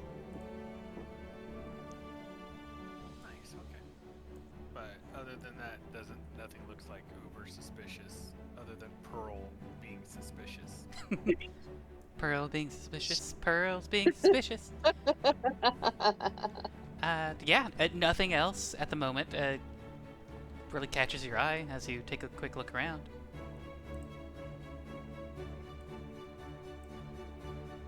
Okay. Just kind of slowly close the door back and kind of sounds like it's all clear. So you're trying to get Eisenthrum? Trying to speak with the Kaiser? Yes, ultimately. I was told that there was going to be a special way to sneak me through some of the airship cargo runs. Given that Arkhaven is still doing some trade with the Trustin Kingdom, be hopefully a way to get me back to my get me back to Eisenthron. Yes.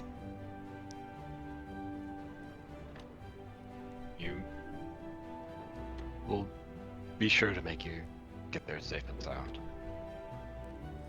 Is that right? He looks over at the other two.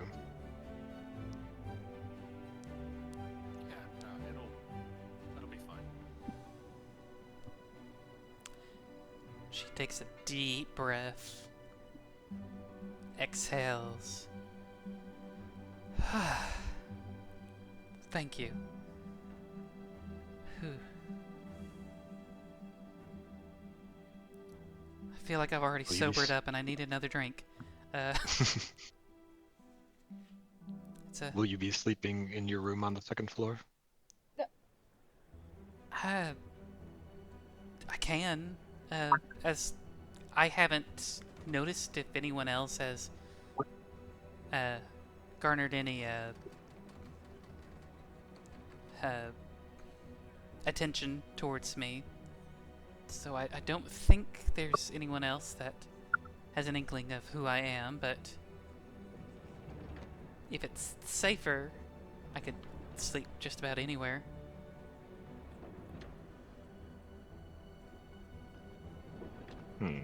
Do we want to move upstairs or have her move downstairs? Downstairs would probably be best. We're already down here. If we go upstairs, there's a finite area that we can't, secure. At least down here, it's easier. We don't have to worry about anything trying to come out like underneath us or anything. Well, Right. I mean, there are the... I don't expect them to have any trapdoors in the rooms, but the deck lower than this one is where all the engineers and conductors and all the other civic workers for the Comet 06 live and work.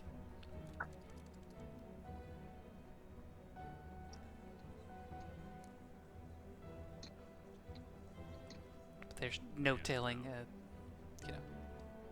where the assassins are, or if they're even...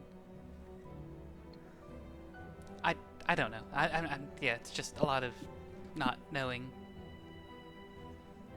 It's been years of not knowing. Well, we can set you up in 105, maybe? Sure. Though, if there is someone who's paying attention, maybe they'll notice all the shuffling around.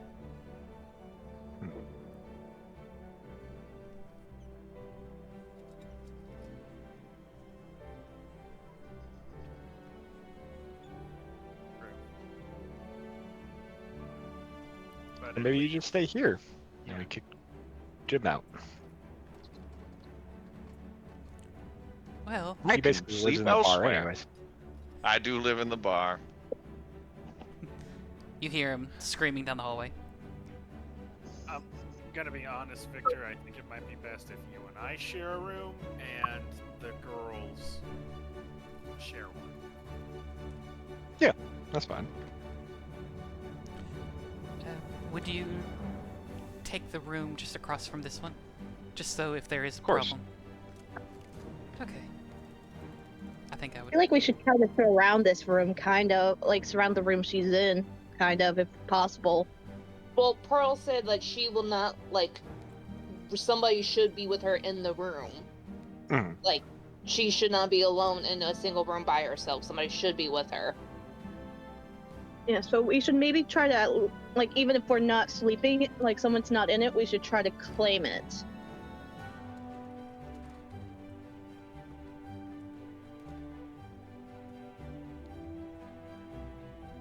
Well, how about she just stays in...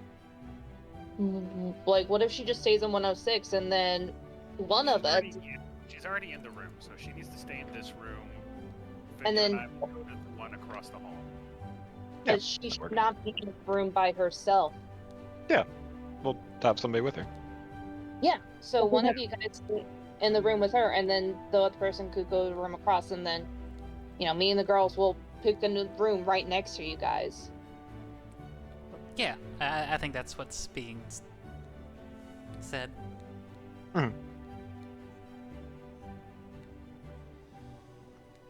Okay. All right.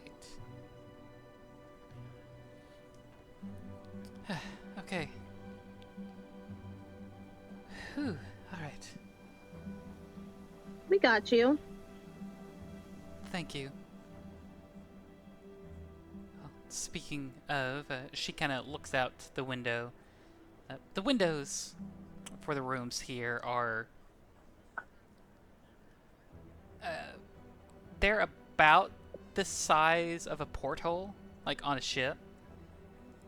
But they still got like some nice kind of fancy little curtains over them. And looking outside, seeing that the sun has set. I think that's enough excitement for me for tonight, in all honesty.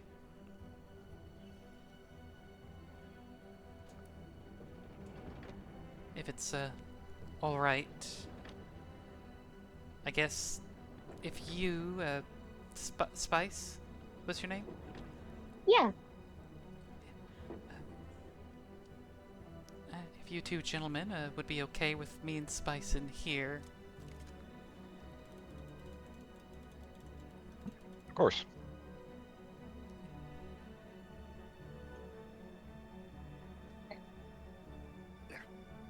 I think Pearl will eventually come back with entertainment and then go into this room. And she's like, "Okay, so who's staying with you tonight?" Well, I'm staying in here with her. Okay. I can stay in here as well and do the first part of a watch. Yeah, I can do the second part while he sleeps. Okay. And before you guys go to bed, she's gonna put bark skin on both of them before they go to sleep.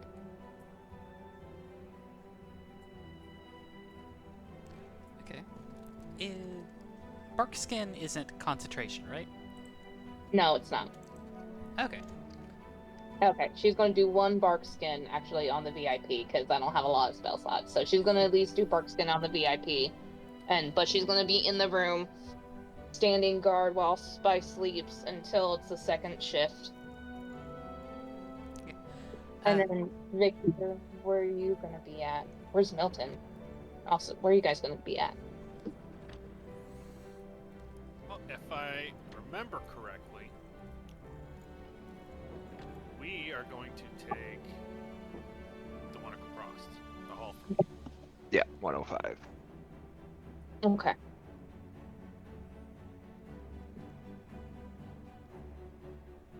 Is Jim planning on staying in the bar, or is he gonna come back? I'm drinking the night away.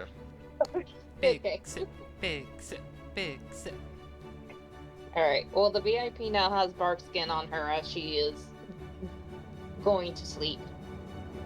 Alright.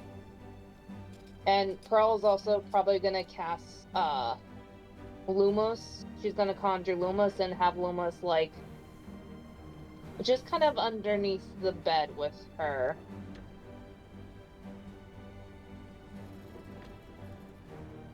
Mm-hmm.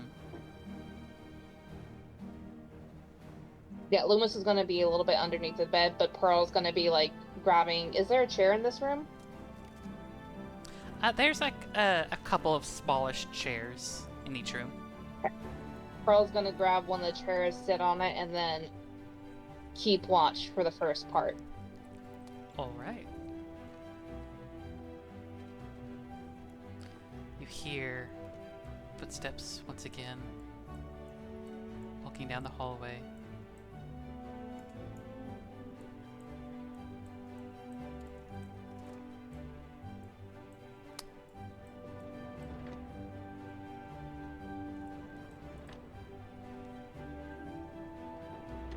How long is this train trip? I think 5 days? Yep, got 5 or 6? Yeah. Between 5 and 7 days, I think, is the total trip time. I think it was closer to... Oh no, yeah, because it was like 2 days by airship. and then like I think like 4 or 5 by the train. I think I noted it out somewhere, but yeah, you got time. So this is our first day. Like, this is the first night since we left town. Correct. Yes.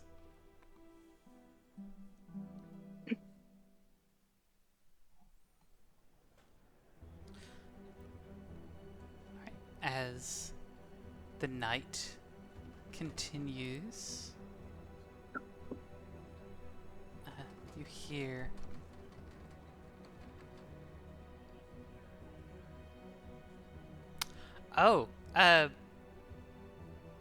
wow. Now that I'm double checking my notes,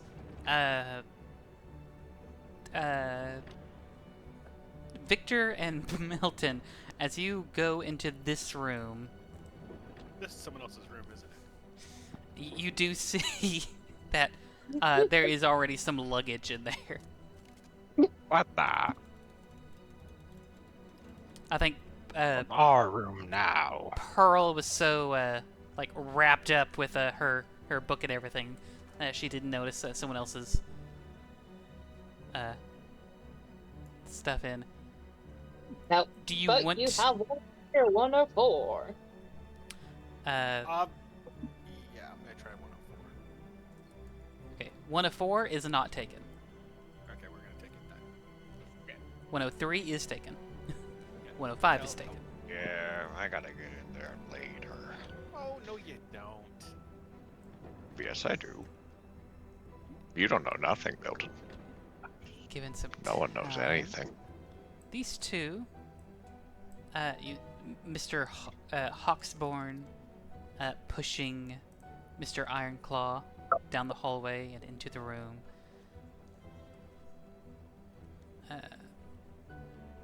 Eventually, Do you tell us that room was taken? Or did Spice know that that room is taken? I'll say that there was a little hanging sign that does say,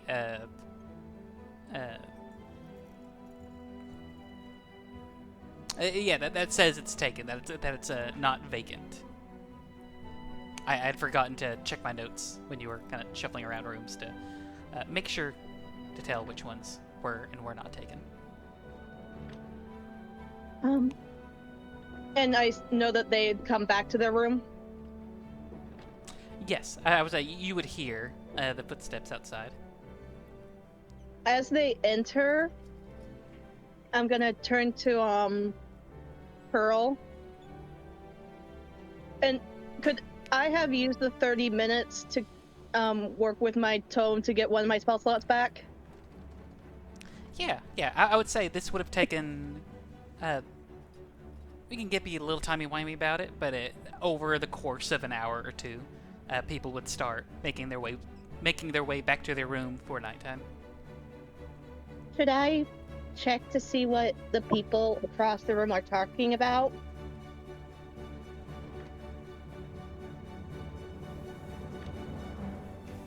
Ooh.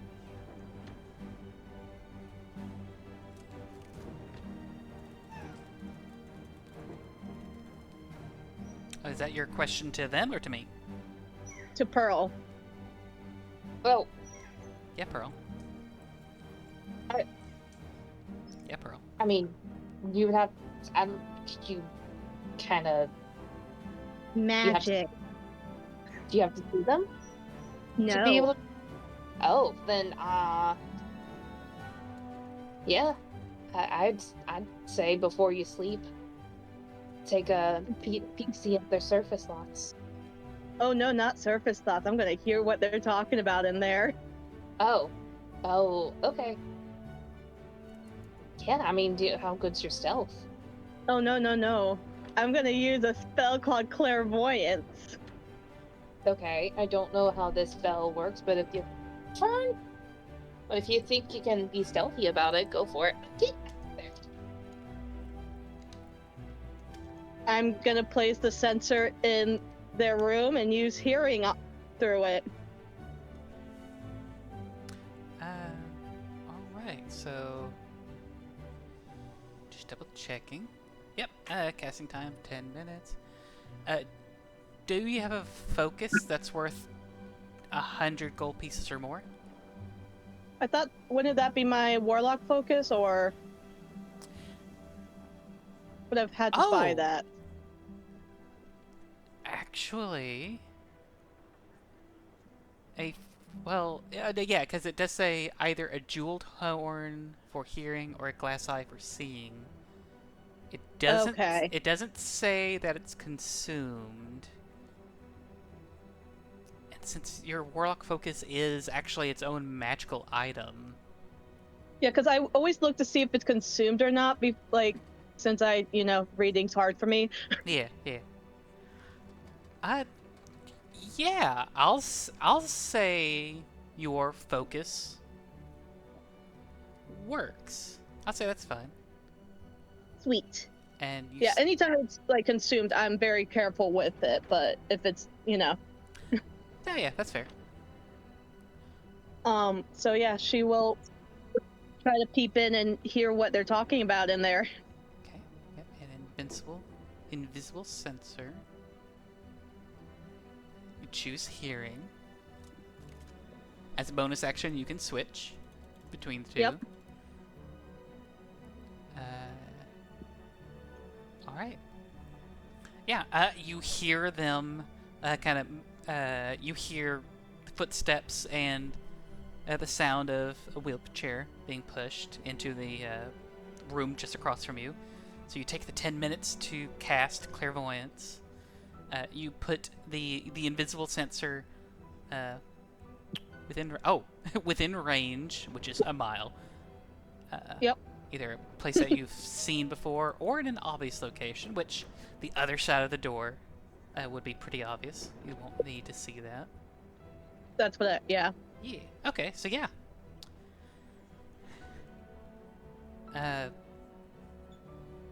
You hear.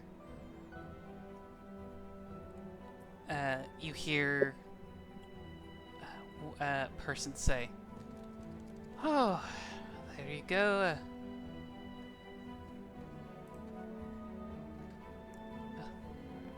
Got our first day at the Comet 06 over with Wilburn.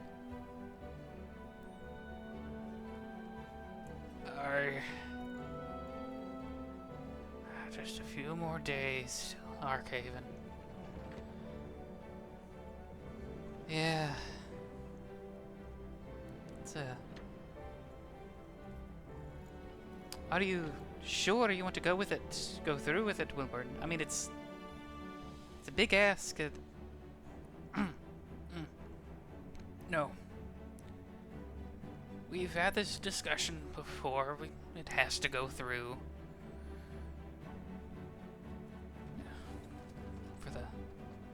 For a better tomorrow. And honestly, William, I can't think of anyone else better to do it than I. Here's a sigh. I know.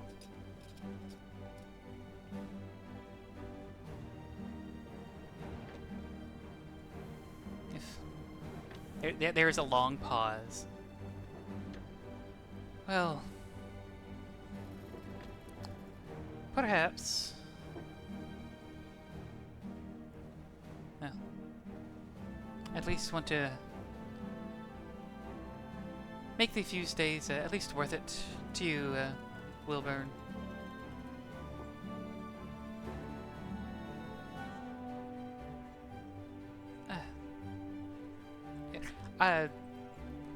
Tomorrow I'll see what I can do to talk to his chef, and maybe they'll get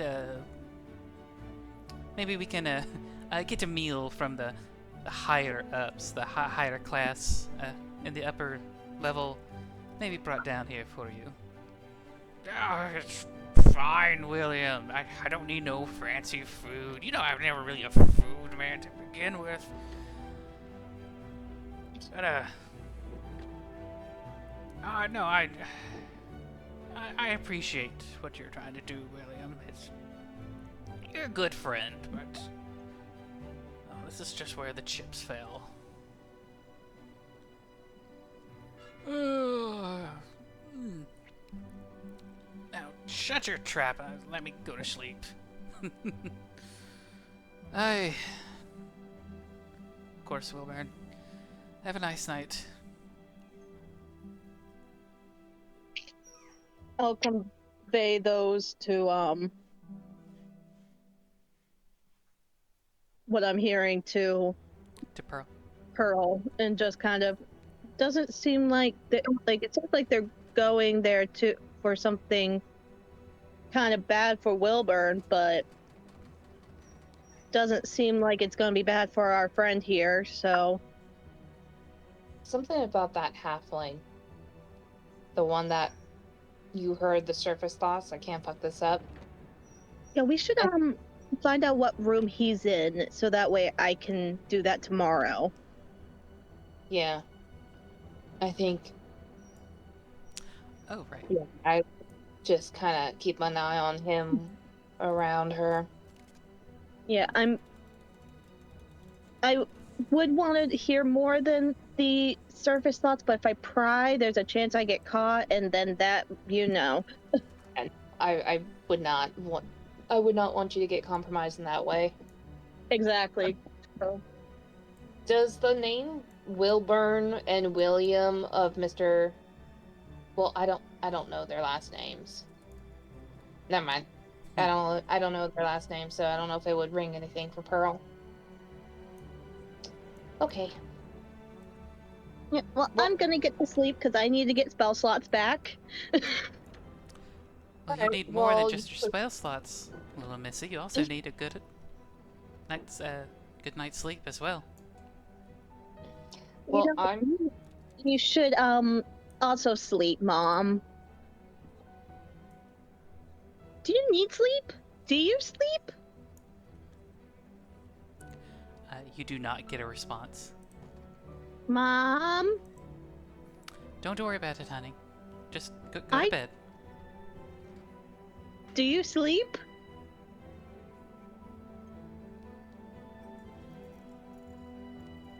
I'ma eat only junk food if you don't answer me.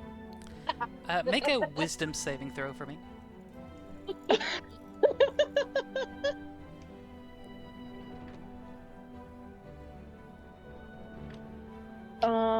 Where is saving wisdom save?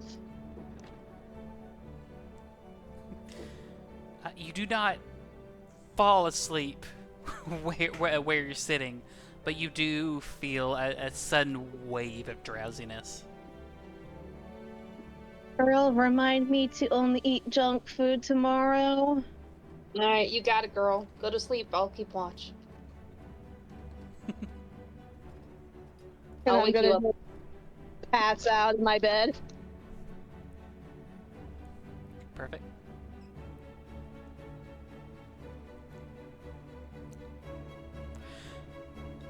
As the night draws to a close, or as it begins to get dark, the little electric gas lamp styled lamps around kind of start getting turned down a little lower. Still enough to see, like if you need to get up and walk around, but basically dims the lights a bit. Jim, what would you be doing? What about Jim? You do, at one point, Jim, have a conductor kind of walk by. Excuse me, sir. We're about to dim the lights for the evening. What? I have to go? No, I can't be here all night. you don't have to leave. Just letting you know that the lights are going to be dimmed down. It'd be a little more difficult to see, but you are welcome to stay here if you so wish. I will chill here for now. I will decide where I will go momentarily. Thanks for the help. Yes, of course, sir. How many days left are we on this train, by the way, DM? At the end of this day, I think you got 3 full more days. I think it's 3. And no stops in between? No stops. This keeps Got it. going until it reaches Archaven. Copy that. It's fully loaded and does not require a its water or fuel or anything to be refueled. Or it doesn't have to stop. It does need to be refueled at least once, but the Comet 06 has its own like airship, like a refueling and rewatering airship that it slows down when it gets to this certain like long stretch of track, and imagine or think of those bomber planes that like refuel in midair. And now imagine that with a train and an airship. It lowers down, it connects, it drops the fuel and drains the water and everything that the train would need to just kind of keep going smoothly. But it does not stop.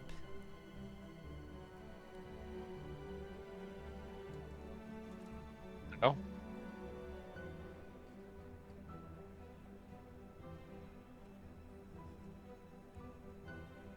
Alright.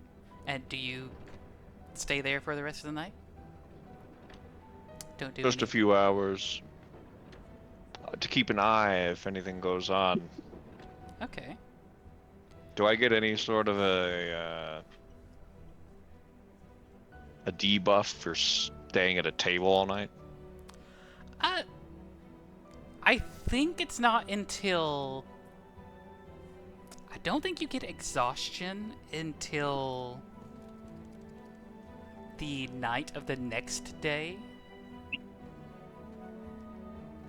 I think if you're... Let me double check. I don't Take think... your time. Yeah. I don't think you... there'll be anything crazy. But let's see. Okay,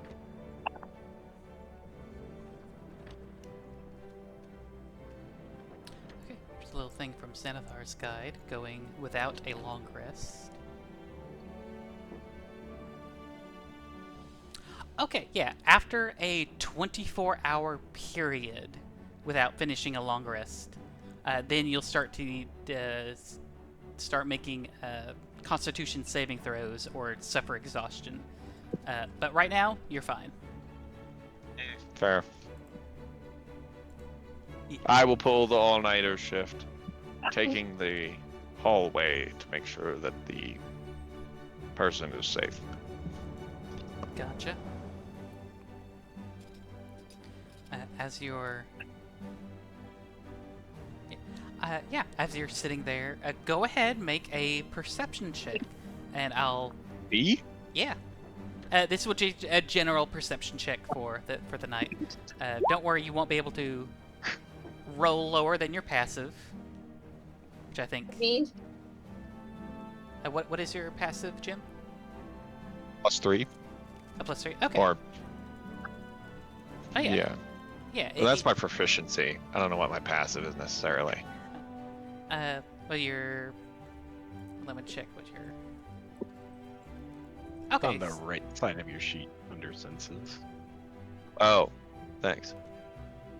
Perception is 13. Okay. Okay, yeah, so it'd be like your modifier just plus a 10, and that'd be your passive. So yeah, 13. With... We'll go with a 13, but you do feel like you kind of doze off a little bit. Maybe it's the very gentle rocking of the train that kind of lulls you a little bit, but you feel pretty confident that you're able to stay up all night. There is like some movement though through your special senses, you do notice it's probably just other conductors, kind of going from end to end, kind of double checking, making sure everything's fine and dandy. There's no trouble on the Comet 06. You don't, and it's not a pulling feeling, but every time you kind of look down the hallway, your tension is usually gravitates to 103.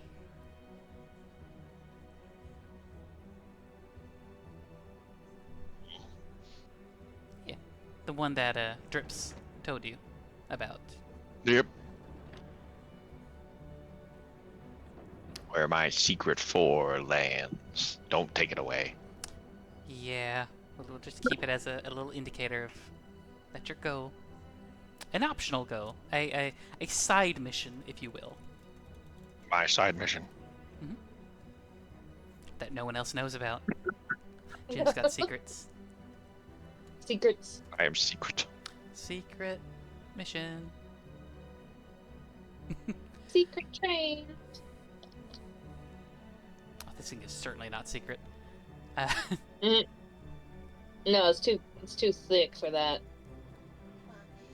Yes. Alright, so. But the night goes without issue. And Swap shifts since they split the watching period. Alright. 8 hours and 8 hours. Yeah, I mean, how's the shift normally split?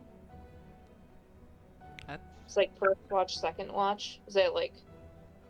Yeah. Well, I guess because in the 24 rule, in the 2024 rules, I think it's indicated that as part of a long rest, you still can have like an hour of 2 or of like light activity. So if you at least get 6 hours of sleep, then that's considered sleep. But Okay. yeah, you can just. And I only need 4. I mean, I would like Pearl to like split a shift with Spy so that way they could both get long rests and be able to get all their stuff. No, yeah, that's completely doable. Okay. Yeah, Spy says like almost immediately conked out. Totally not a problem, or anything. As you are kind of posted up there with your chair, 6 hours pass. You notice that even after the 6 hours and after Spice starts to wake up, and you two kind of swap roles, or her to also kind of start keeping watch as you sleep as well. You see that Sybil, or Mary in this case, is actually she's sleeping in a way that probably she probably feels this is the first time that she's felt safe going to sleep in a long time, and she is like out. Pearl, like before she goes to sleep, she looks at her with empathy because she's been in her situation. So she's like looking at her with some empathy in her eyes, and she'll head off to sleep. But she's definitely like feels for her.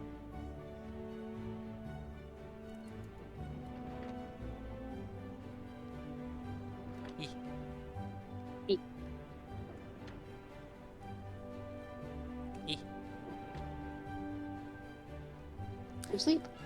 Go sleep. And Spike will spend the night keeping watch and doodling drawings of her family No. with the paints that she bought. Oh. That'd be nice.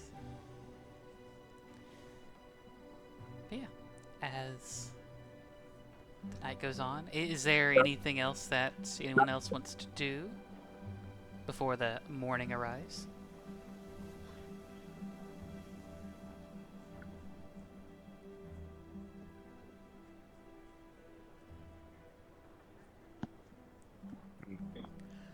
All right. As the morning begins, there is a light knock at the door. Breakfast. Or we'll take the breakfast. Is it? I guess like is it? How many servings of the breakfast is there on the tray? You open up the door, and 4 armed thugs pull out guns and start shooting up the entire room. No, you fell for the trick. Rattle them, boys. Yeah. I'm sorry, did I say like rugged thugs? I meant skeletons. They were all skeletons. Yeah. I know. You open up the door, and what you see is like outside, like in the hallway, there are 3 like rolling tables, and it's like it is a breakfast buffet that they are going from.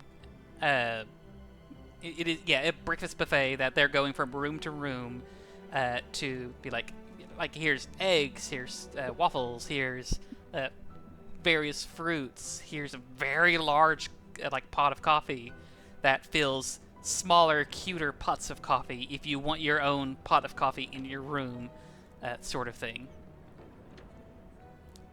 Can I do perception check on the people presenting the food and also just the food and in question as they bring it us? Sure. Are you looking for their intentions, or are you just looking at what they're wearing and stuff? I guess I'm looking at like what they're like. I guess like if they look shifty, like if they just sussing them out, and then also I want to do the same, kind of like look glance at the food and just kind of do perception on the food really quick as well. Okay. So for the people, that would be insight. But if you want to look over the food, that would be either perception or investigation. Okay, I'll do insight on the people and then perception on the food. Alright. 23 on the people. Nothing looks suspicious about them.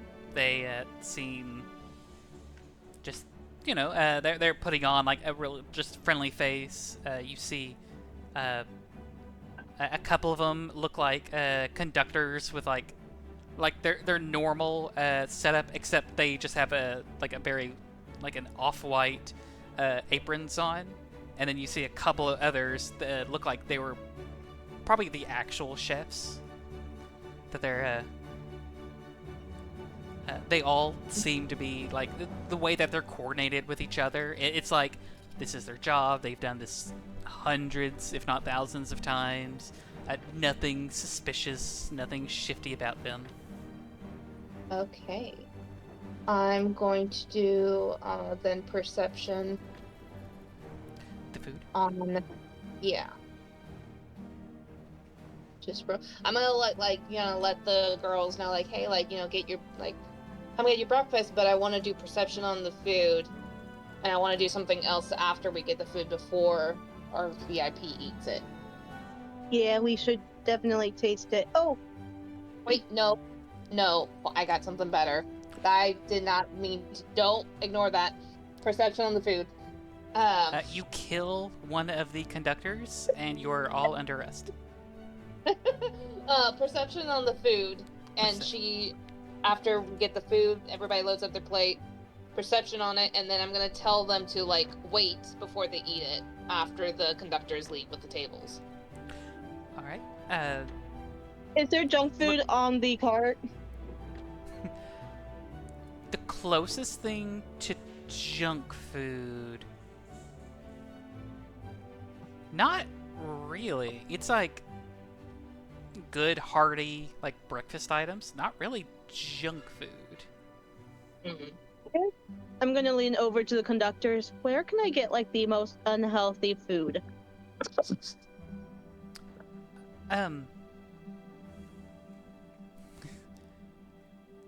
My apologies, miss. So we don't really get this sort of question.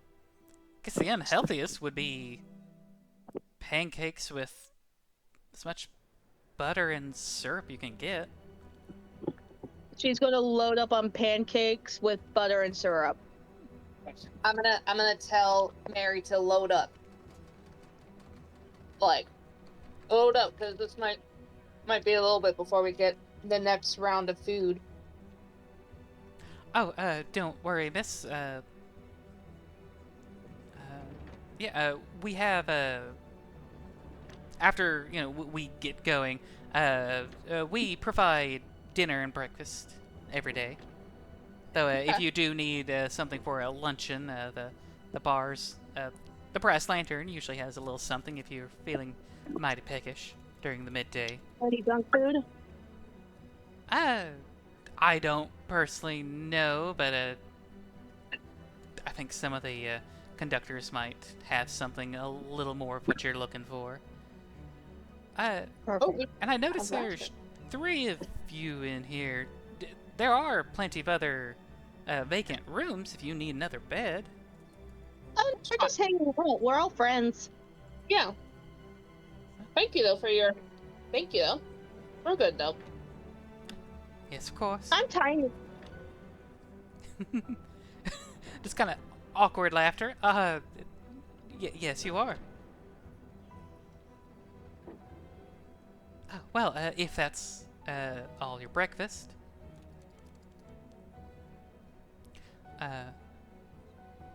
They give you a polite nod, and then you see them immediately shift to the next room.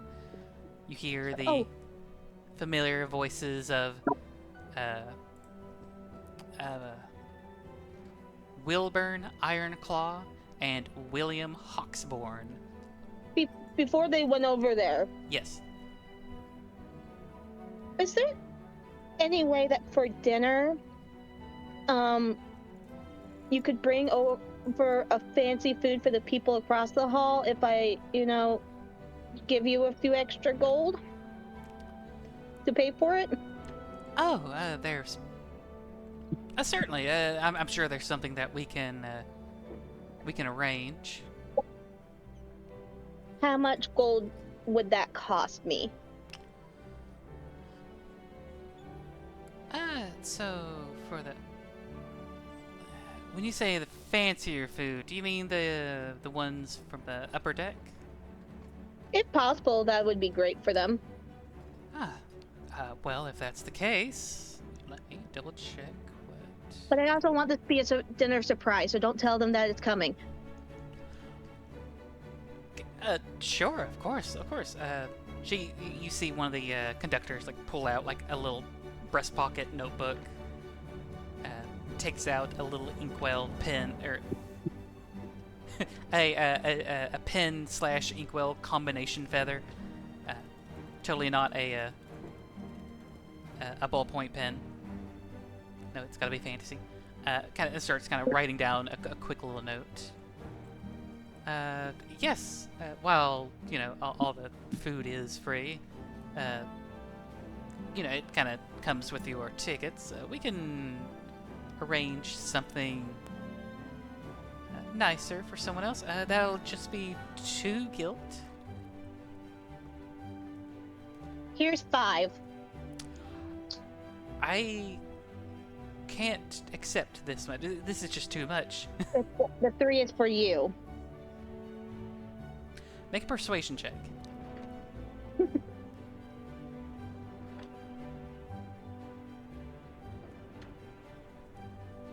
Do. Doodly-doodly. Where I have a +0, so that's a 14. 14. The conductor kind of looks at you, kind of stares at you, looks over, at the other like conductor and the two chefs that are already kind of preparing for the next room. Leans in a little closer. How about I just take 3? And I will forever remember your generosity. Sounds good. You have a great day. Thank you so much. Yes, of course, you too.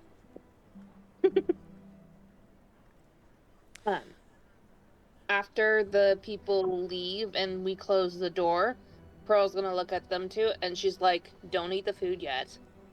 Let me just check." And she's gonna do a ritual casting of detect poison and disease. But she's gonna do it as a ritual and tell them to hold off for 10 minutes, do that spell, and then look up the food, at all the food, to make sure that there's no poisons or something venomous or disease in there. The food starts to cool a bit after 10 minutes, but after your ritual cast, everything's looks clean. Okay, so there's no poisons or venoms. Nope. Or magical contingency within. It says for duration you sense locations of poisons, poisonous or venomous creatures, and magical contagions within 30 feet of yourself. You sense the kind of poison, creature, or contagion in each case. The spell is blocked by 1 foot of stone, dirt, or wood, 1 inch of metal, or a thin sheet of lead. What are the walls made out of?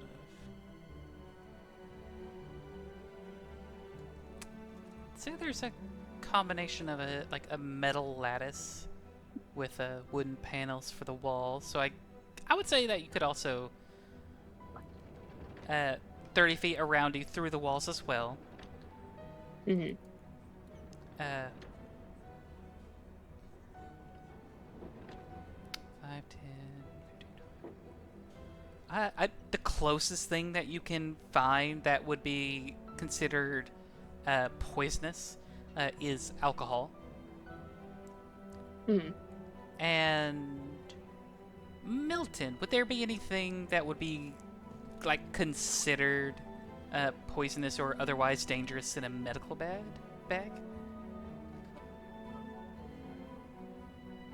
Ooh. Like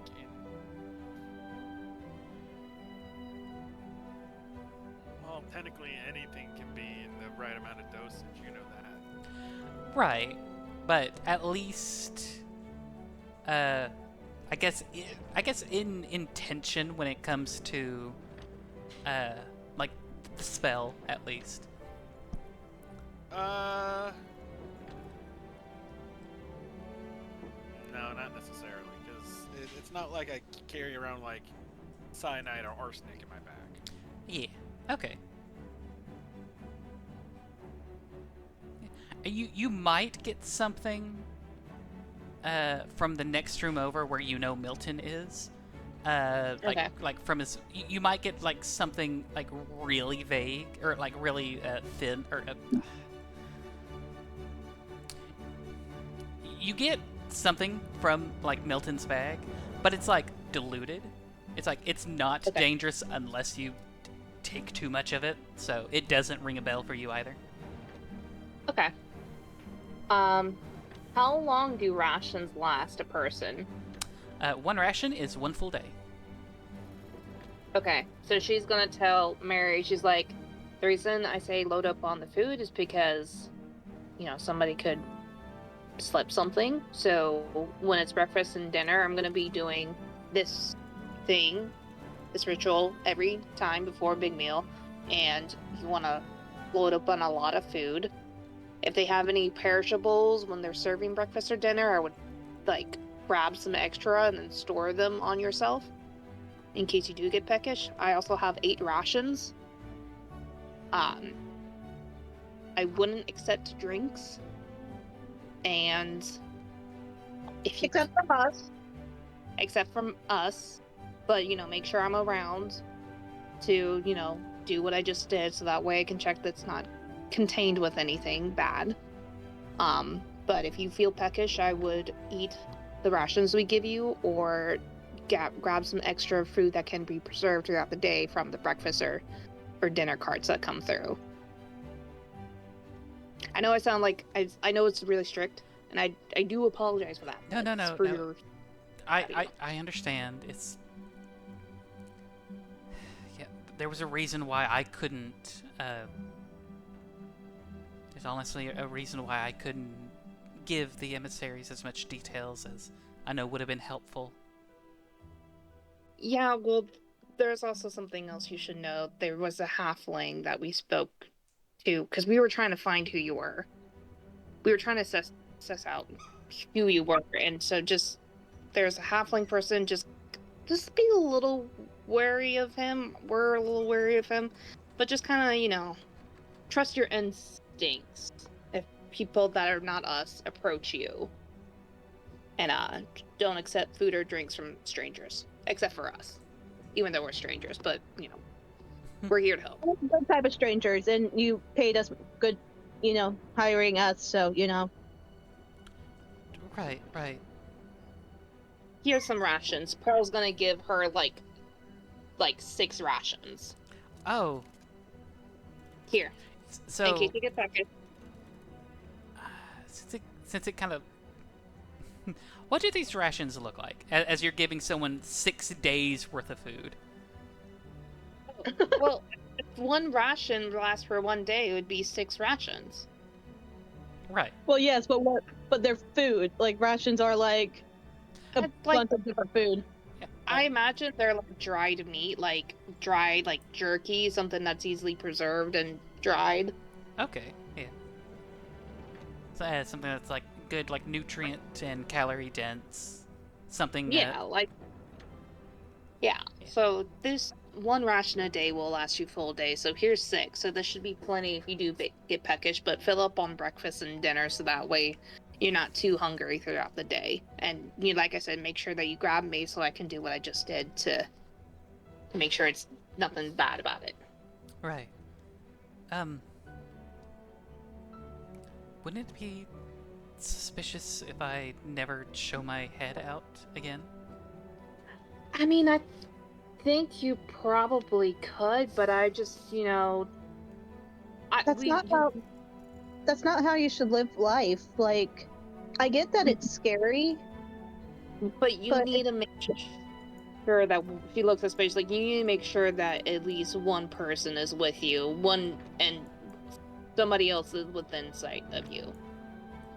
And Don't you've been brave this whole time, and we got you. You can't live life hiding. That's not a life. Right. Okay. just don't be anywhere by yourself alone. Make sure that you have one, or better yet, 2 people with you that can easily come to your aid. But we got you. Okay. Thank you. Yeah. Thank you. Did you sleep okay? Yes. I noticed that you seemed very sleepy last night. Right. No. Yes. Yes. It's the bark skin was a little itchy, but like I honestly think I fell asleep. Slept better than I have in a long while. That's good. Hopefully you can, this is a very nice treat, so hopefully, you get some nice time to relax, and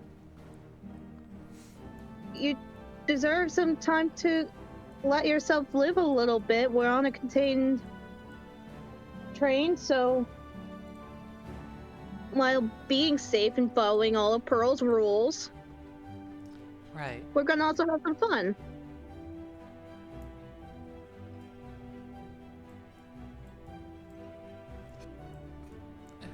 Okay. Is there anything that you, like, when you got on the ship or on the train that you wanted to do? Like, look around at the shops, go, look around in the other trains? Well, I guess I was so anxious about everything that was going on that I didn't really think about anything other than just trying to survive the train trip. Do you want to spend this morning, like, going around with a few of us and just taking a look around then? Sure. That sounds like a good idea. Yeah, it doubles as getting to know having a good time, and also, like, getting from, like, knowing where you are is also really good for your safety. That's true, yes. So, why don't we get the guys, and, I don't think all of us should go all at once, but, we can take turns throughout the day of kind of all being with you and being near you, but, you're gonna be safe. We got you. I think maybe the boys could take a shift tonight.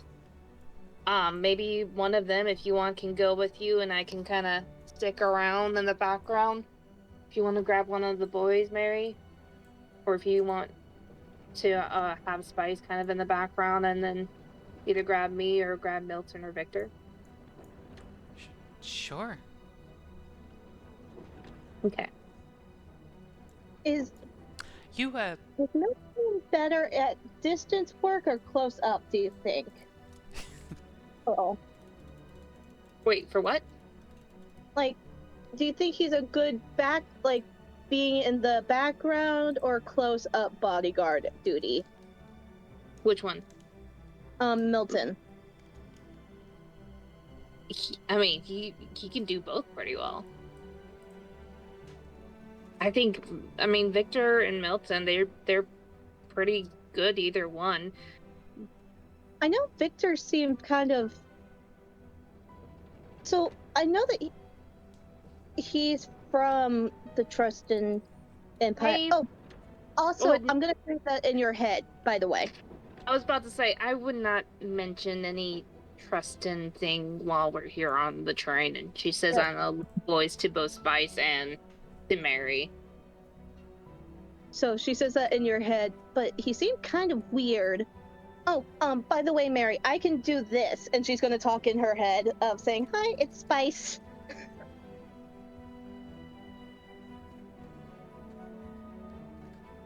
No, don't be alarmed. It's me. Right. No, it's just this... A very strange sensation, but I understand. Mm-hmm. It's very good for keeping you safe, so that way if I need to, like, give you information... And... What... This is Holly speaking. What was her name again? Her actual name? Her actual Yeah. Sybil. Sybil. And... Sybil. In your head, I can... And I'm going to say this in her head. I can call you Sybil. I know it might be weird hearing Mary, so in your head, I can say Sybil.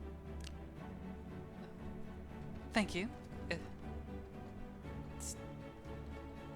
guess my personal preference isn't, like, really big,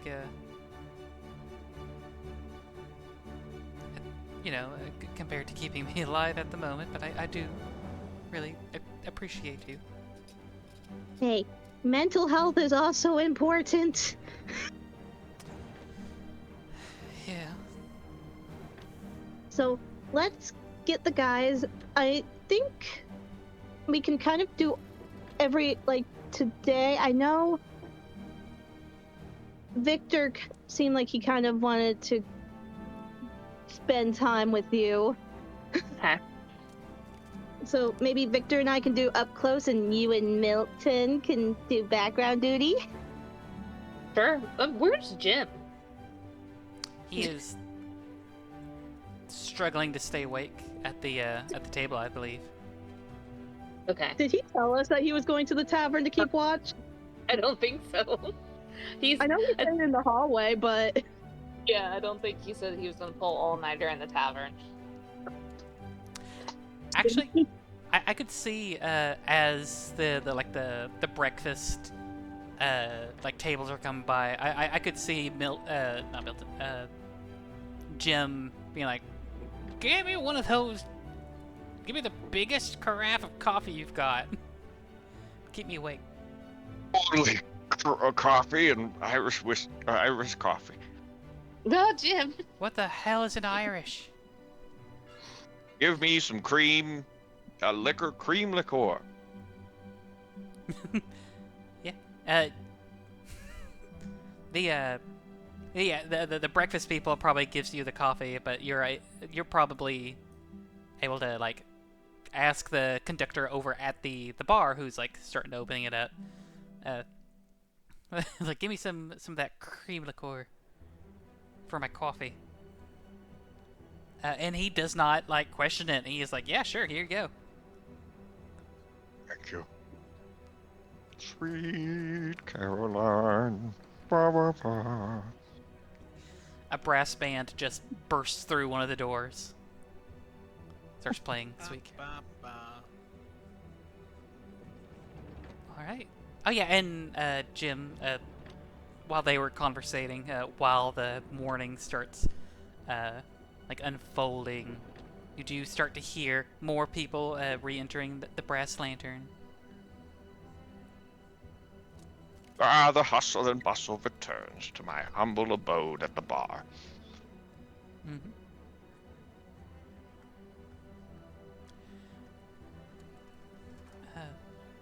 That being said,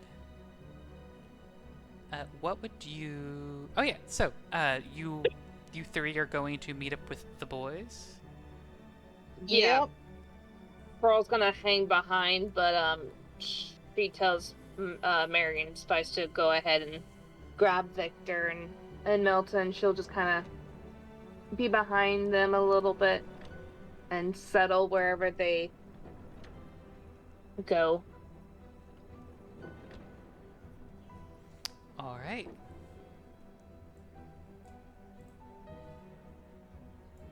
Oh, sorry, I was checking something. Okay. So you said you were going to be behind them? Yeah, I'm gonna let Spice and Mary grab the boys and then just kind of follow it from a distance, just keeping my eyes out, like stealthily keeping my eyes out, but she's definitely like doing perceptions when they come into like other people. Okay. She's gonna bring her plant book to look like she's gonna be doodling and making notes. Okay. Milton and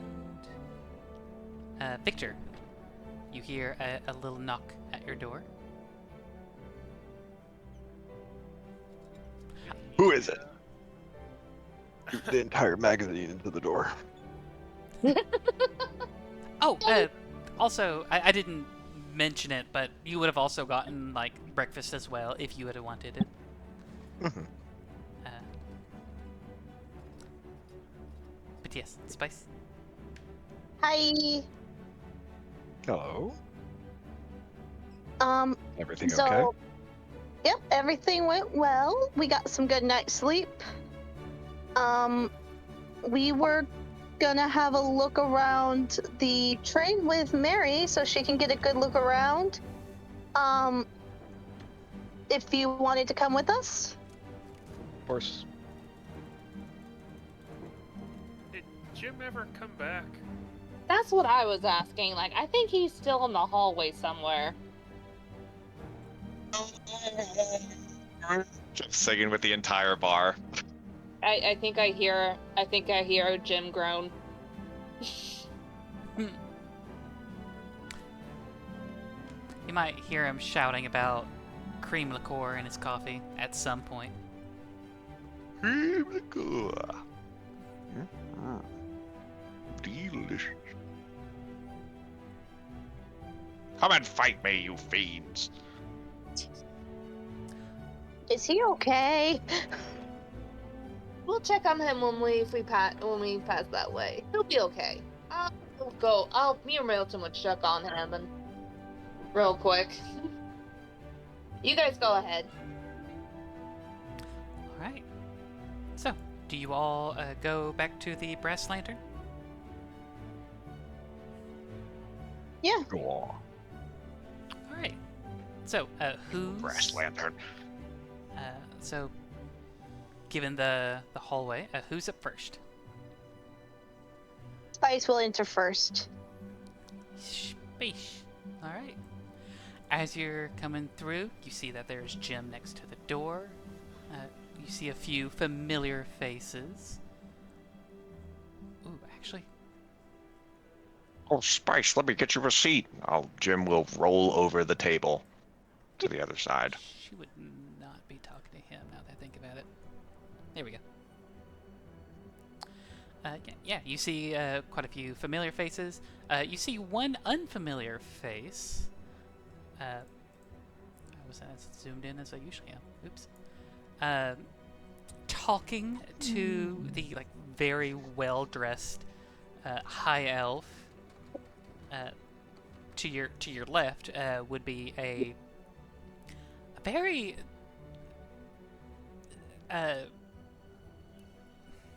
he still looks very full elvish, but a very much different type of full elf. You would recognize this as one of the desert elves from the south. Ooh. Wearing more hide clothes with a dark fur, definitely not pauldrons, but and not a full cloak either, but a little, so just really dark furs on his shoulders, kind of around his neck, very deep, almost like a sandstone colored skin.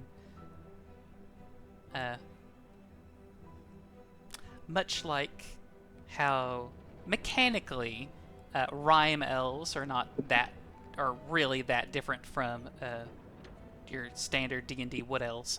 These desert elves are also mechanically wood elves, but with very different flavor to them.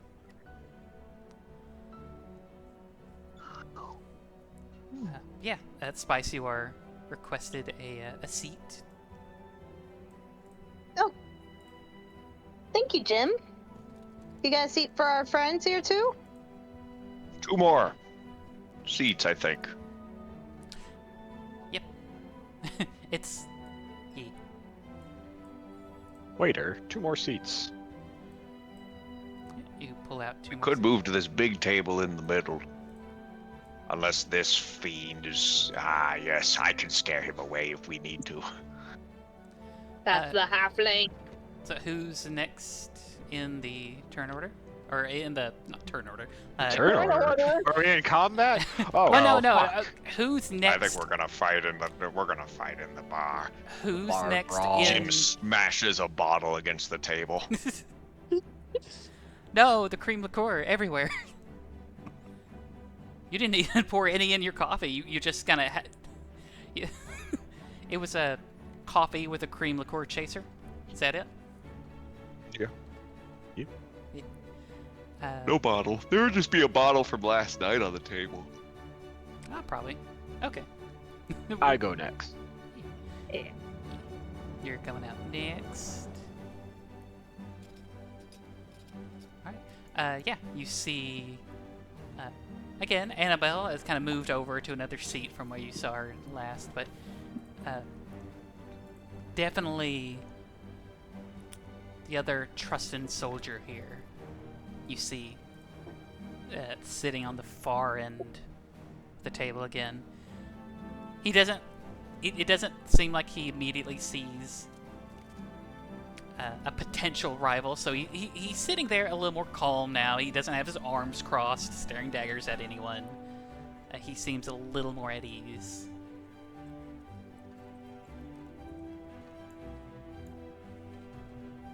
Cool. And then was Sybil right behind you? I was Okay. behind Sybil from a distance too. Okay, so you're 5 or 10 feet distance. Yeah, and I tell Milton we're gonna be in the background, not up and close with them, but be in the same room at a distance, kind of keeping the eye on things. All right. Oh, so yeah, you two were kind of staying together, but at a distance. Yeah. Yeah, but we're gonna be distant. I'm definitely doing perception checks. I'm gonna find me a seat, probably at this table over here, doodling a little bit, but still within sight of all my friends, and doing some perception checks on the people in the room as casually as she begins to doodle and make notes in her plant book. All right. Let's say as you two were walking up this way,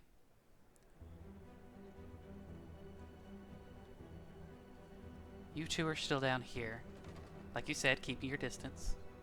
Yeah. Unfortunately, your suspicions were correct.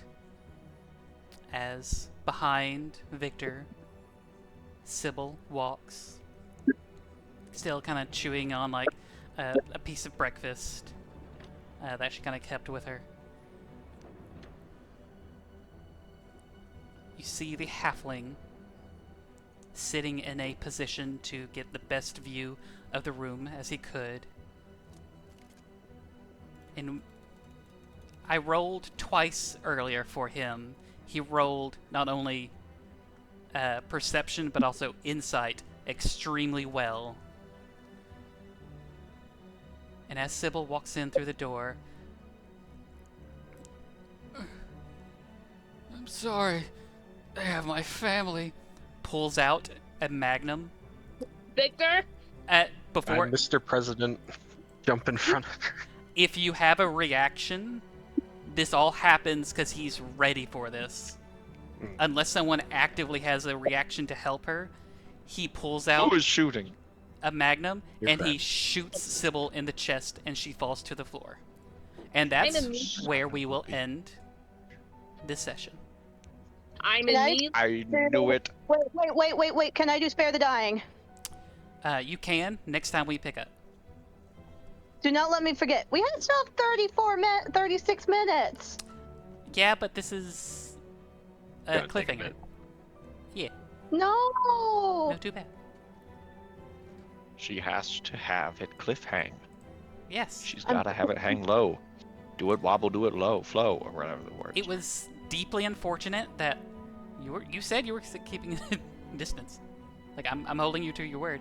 But yeah, it was I was waiting for someone to say, like, who was walking in front of her, to say, "Oh, I'm also gonna do like a perception check to kind of get a look." Victor has been doing a perception check. He never said it. I was like, I'm kind of hoping, like, you're all kind of going into this room. No one's saying perception. No one's saying Spice is insight.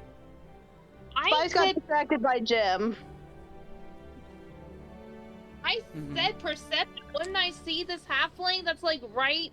You Over would here? have, but you did say that you were behind him or behind her this entire time. And by the time But- you got to where you could see him, he has already pulled the gun and fired. Hey, it's fine. I have spare the dying, so she's not dying. You hope. Now, to be fair, since this did happen out of combat, since NPCs and monsters don't typically follow PC rules, don't typically have, are not typically rolling for death saves, I will make an exception for this whenever we start up and start combat encounter. Technically, next time, I will have her be rolling death saves when it is her turn, if she's not already made stable between the warlock and the doctor and everything else. And Druid. And the druid. She's gonna be fine. I love how you're trying to squeeze healing word in there as well. I actually, you know what? If anything, those texts will be there next time when we start, so you'll... That's why I put it there. Yeah. Very nice. Was so I remember, because brain dead. Yeah. Because I want to remember that those spells are, like, we have those. Yeah, because while he was talking to Jim and you two were conversing between Pearl and Sybil, he was paying attention, and he, let me see. Oops, nope, not that one.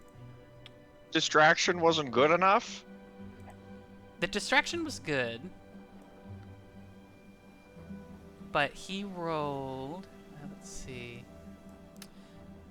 a 17 plus modifier for insight, or no, for perception, to kind of hear what was going on, just to kind of pick up the cues, and then 16 for insight to be like, okay, is that actually her? He was reading both kind of you guys and her, and he rolled really well with both. So wait, what did he do? He shot a gun? Yeah, Yes. he shot a gun. Darn it, not a spell. Correct. No. Why not a spell? And the last words that he said before he pulled the trigger was, "I'm sorry, they have my family." Who Well, cares? Be dealt with.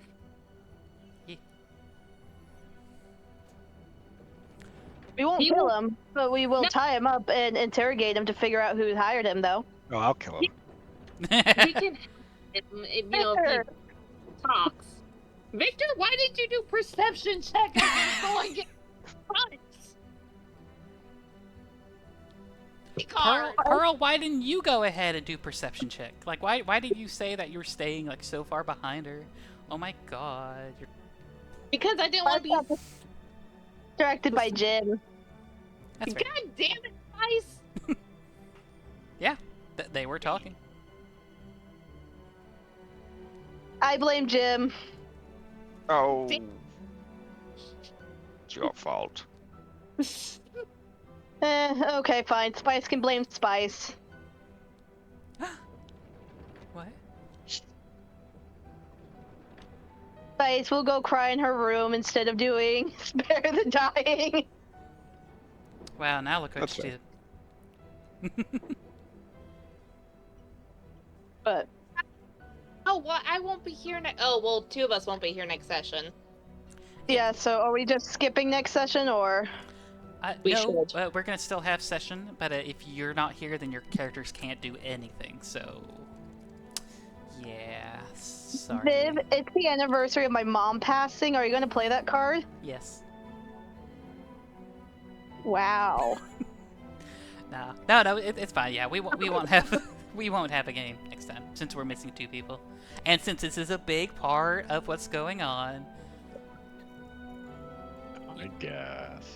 You you were able to yeah.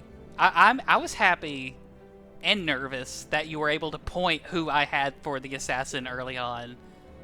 I kind of did. I knew it. Yeah. I said he's iffy. So Jim and Pearl sussed him out. Like, that's an iffy person. So did Spice. I Yeah, think Spice you should said we still wanted let- to sell that room.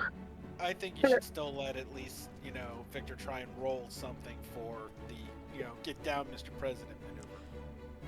And get shot instead. Yeah. Well, I think Yeah, Victor fuck that should. guy. I think Victor should allow Victor to do a perception check as he was the first one to go into the room too. Well, Maybe no, I he mean- didn't say that. Yeah. So Yeah, I think no. but I think he should be able to do if he took the time to talk, then he has time to jump in front. But it wasn't like he didn't say he didn't say the sentence and then pull out the gun. He was pulling out the gun at the same time. It's like, But that's this is my still chance. I can't time. fuck this up. Yeah, that's still. I still think Victor should have the chance to. Get shot instead, shot. not make the shot not happen, but he should be able to take it. Especially this close to her.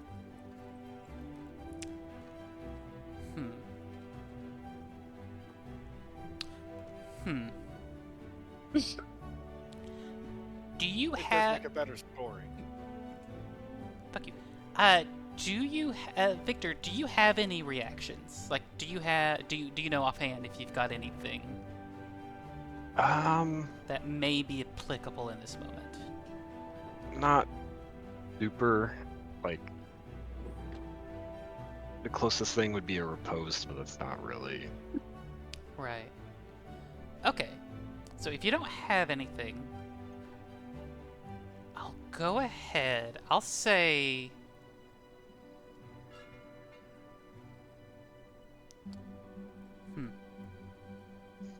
Well, you got a little bit to think on it. Yeah. Well,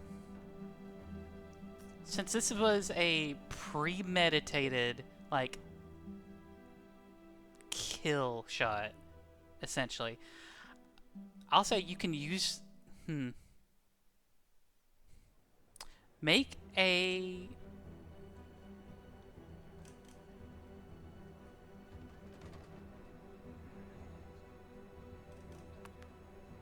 Okay, how about this? He pulls out the gun. He pulls the trigger.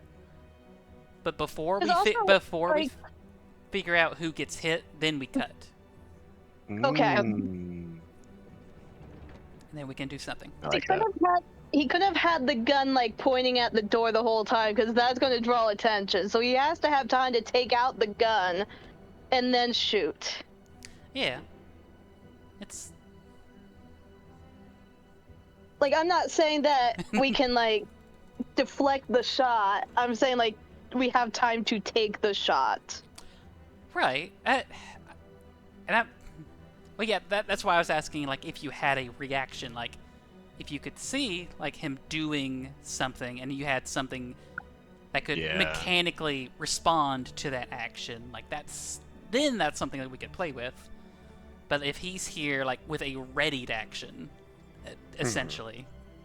But yeah, as he pulls out, as he's pulling out his gun, he says, "I'm sorry, I have my family." There's a gunshot. Someone screams. And the scene goes black. And we figure out what happens next time. I trust your judgment, DM. That's your mistake. No. Oh, shit. Alright. Frickin' knew he was involved somehow. Yeah, well, why didn't you do anything to stop him? Well, now I know that he was the assassin. Uh-huh. She's gonna be running, practically leaping onto this woman's body and cast Healing Word and Barkskin. Yep. Oh, trust me, we're all gonna be leaping. Everyone's I just need to know which direction I'm leaping in. in We've been Victor's in arms. This direction, Spice. Since you got you legit got distracted. I'm just gonna be like leap right in between. Yes. With Spare the Dying. One of the two. Of course. But, with that being said, I hope this was at least entertaining right up until the end. Yes. It's not the end. She will survive. It's the end. Maybe. Maybe. I have to have more faith. Oh, by the way, a very slight retcon. Hopefully this doesn't change too much, anything dramatically. But Spice, when you were asking about junk food to the conductor while you were getting your breakfast, she would have pointed down the hallway at 108 and said, "Oh, well, we have a little candy and snacks store that they had just opened up this morning." Well, now that's gonna change everything, Viv. With everything go on just like it did, except you are over here eating as much candy as you can. Just now you're... She went on to the snacks store and then checked on Jim and then done a percent. Milton just posted Danger Sense. Which is? At second level, you gain an uncanny sense of when things nearby aren't as they should be, giving you an edge when you dodge away from danger. Oh, but it's talk. Well, you have advantage on dexterity saving throws against effects that you can see, such as traps and spells. That would help. So that would help you, babe. That wouldn't help our VIP. I mean, to be fair, Milton does sense that there is danger after he hears a gunshot. Wow, thank you. You're welcome. I mean, you're also, like, the last one in line. But hey! I thought I was standing right next to Pearl. I didn't know I was right behind Pearl. I thought, these were wide enough to have to have two people standing in, side by side. Technically, yeah. Yeah, if you two want to be within each other's space. Yeah, that's Sure. fine. Here, let's move her over a little here. Yes, yeah, since the hallways are 5 feet, 5 feet, or roughly 5 feet wide. I'll say, though, when we do get into the proper combat mechanics, you cannot end your turn within someone else's space. So it'll be fine. Don't worry about it. You got this. You got a warlock with Spare the Dying. You got a druid with Healing Word. You got a doctor when all the magic inevitably fails because someone invisible is casting counterspell on everyone else's magic. I mean, what? I cast counterspell on counterspell. Joke's on you. I don't think that's possible with the updated rules. Fudge.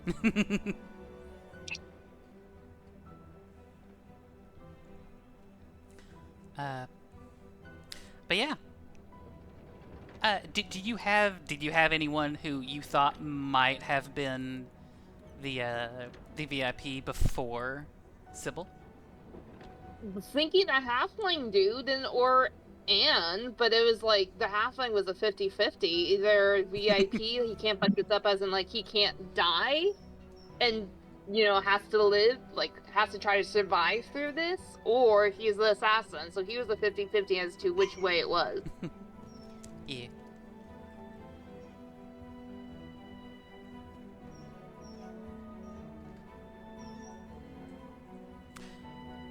Well.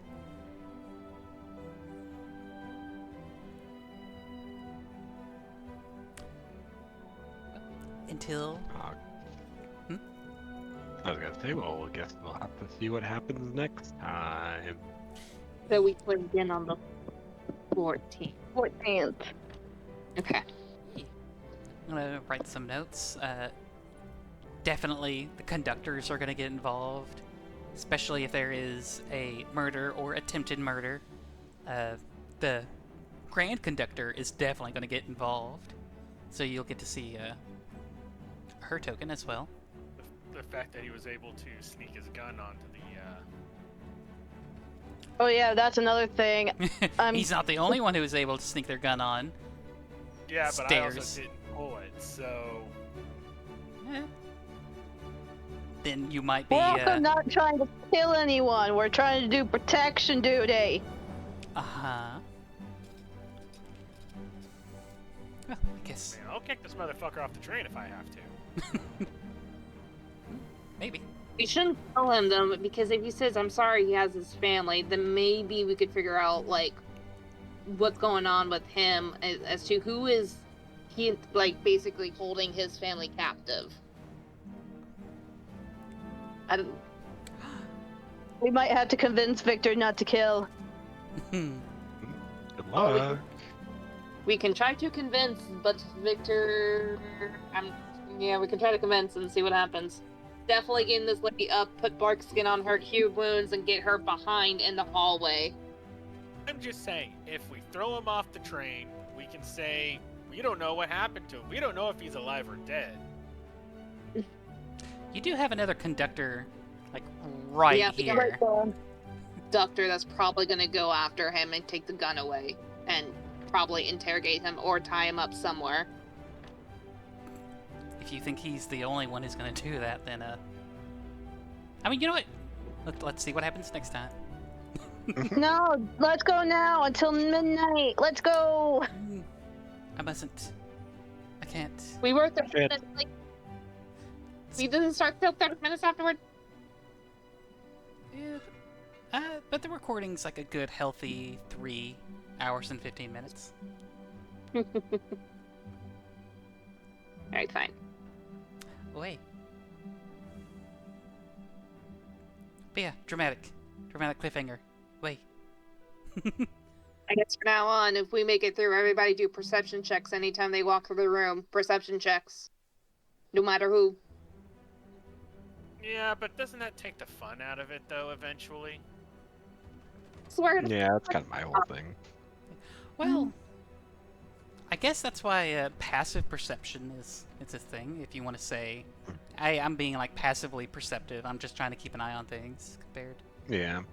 I What- mean, would a passive perception of 13 have done anything? Depends. Stealthy is this guy being with his gun. Yeah, that's another thing. We do have passive perception. No, that's a good point. You know what? I'll roll the next time we start up. I'll roll for him, and I'll say if he rolls particularly bad, that'll give Victor enough, like telegraph, of like, oh, he's To pulling. kind of get her down. Yeah. Yeah. Next time we'll roll some rolls and we'll see what sort of shot lands on who Okay. or where.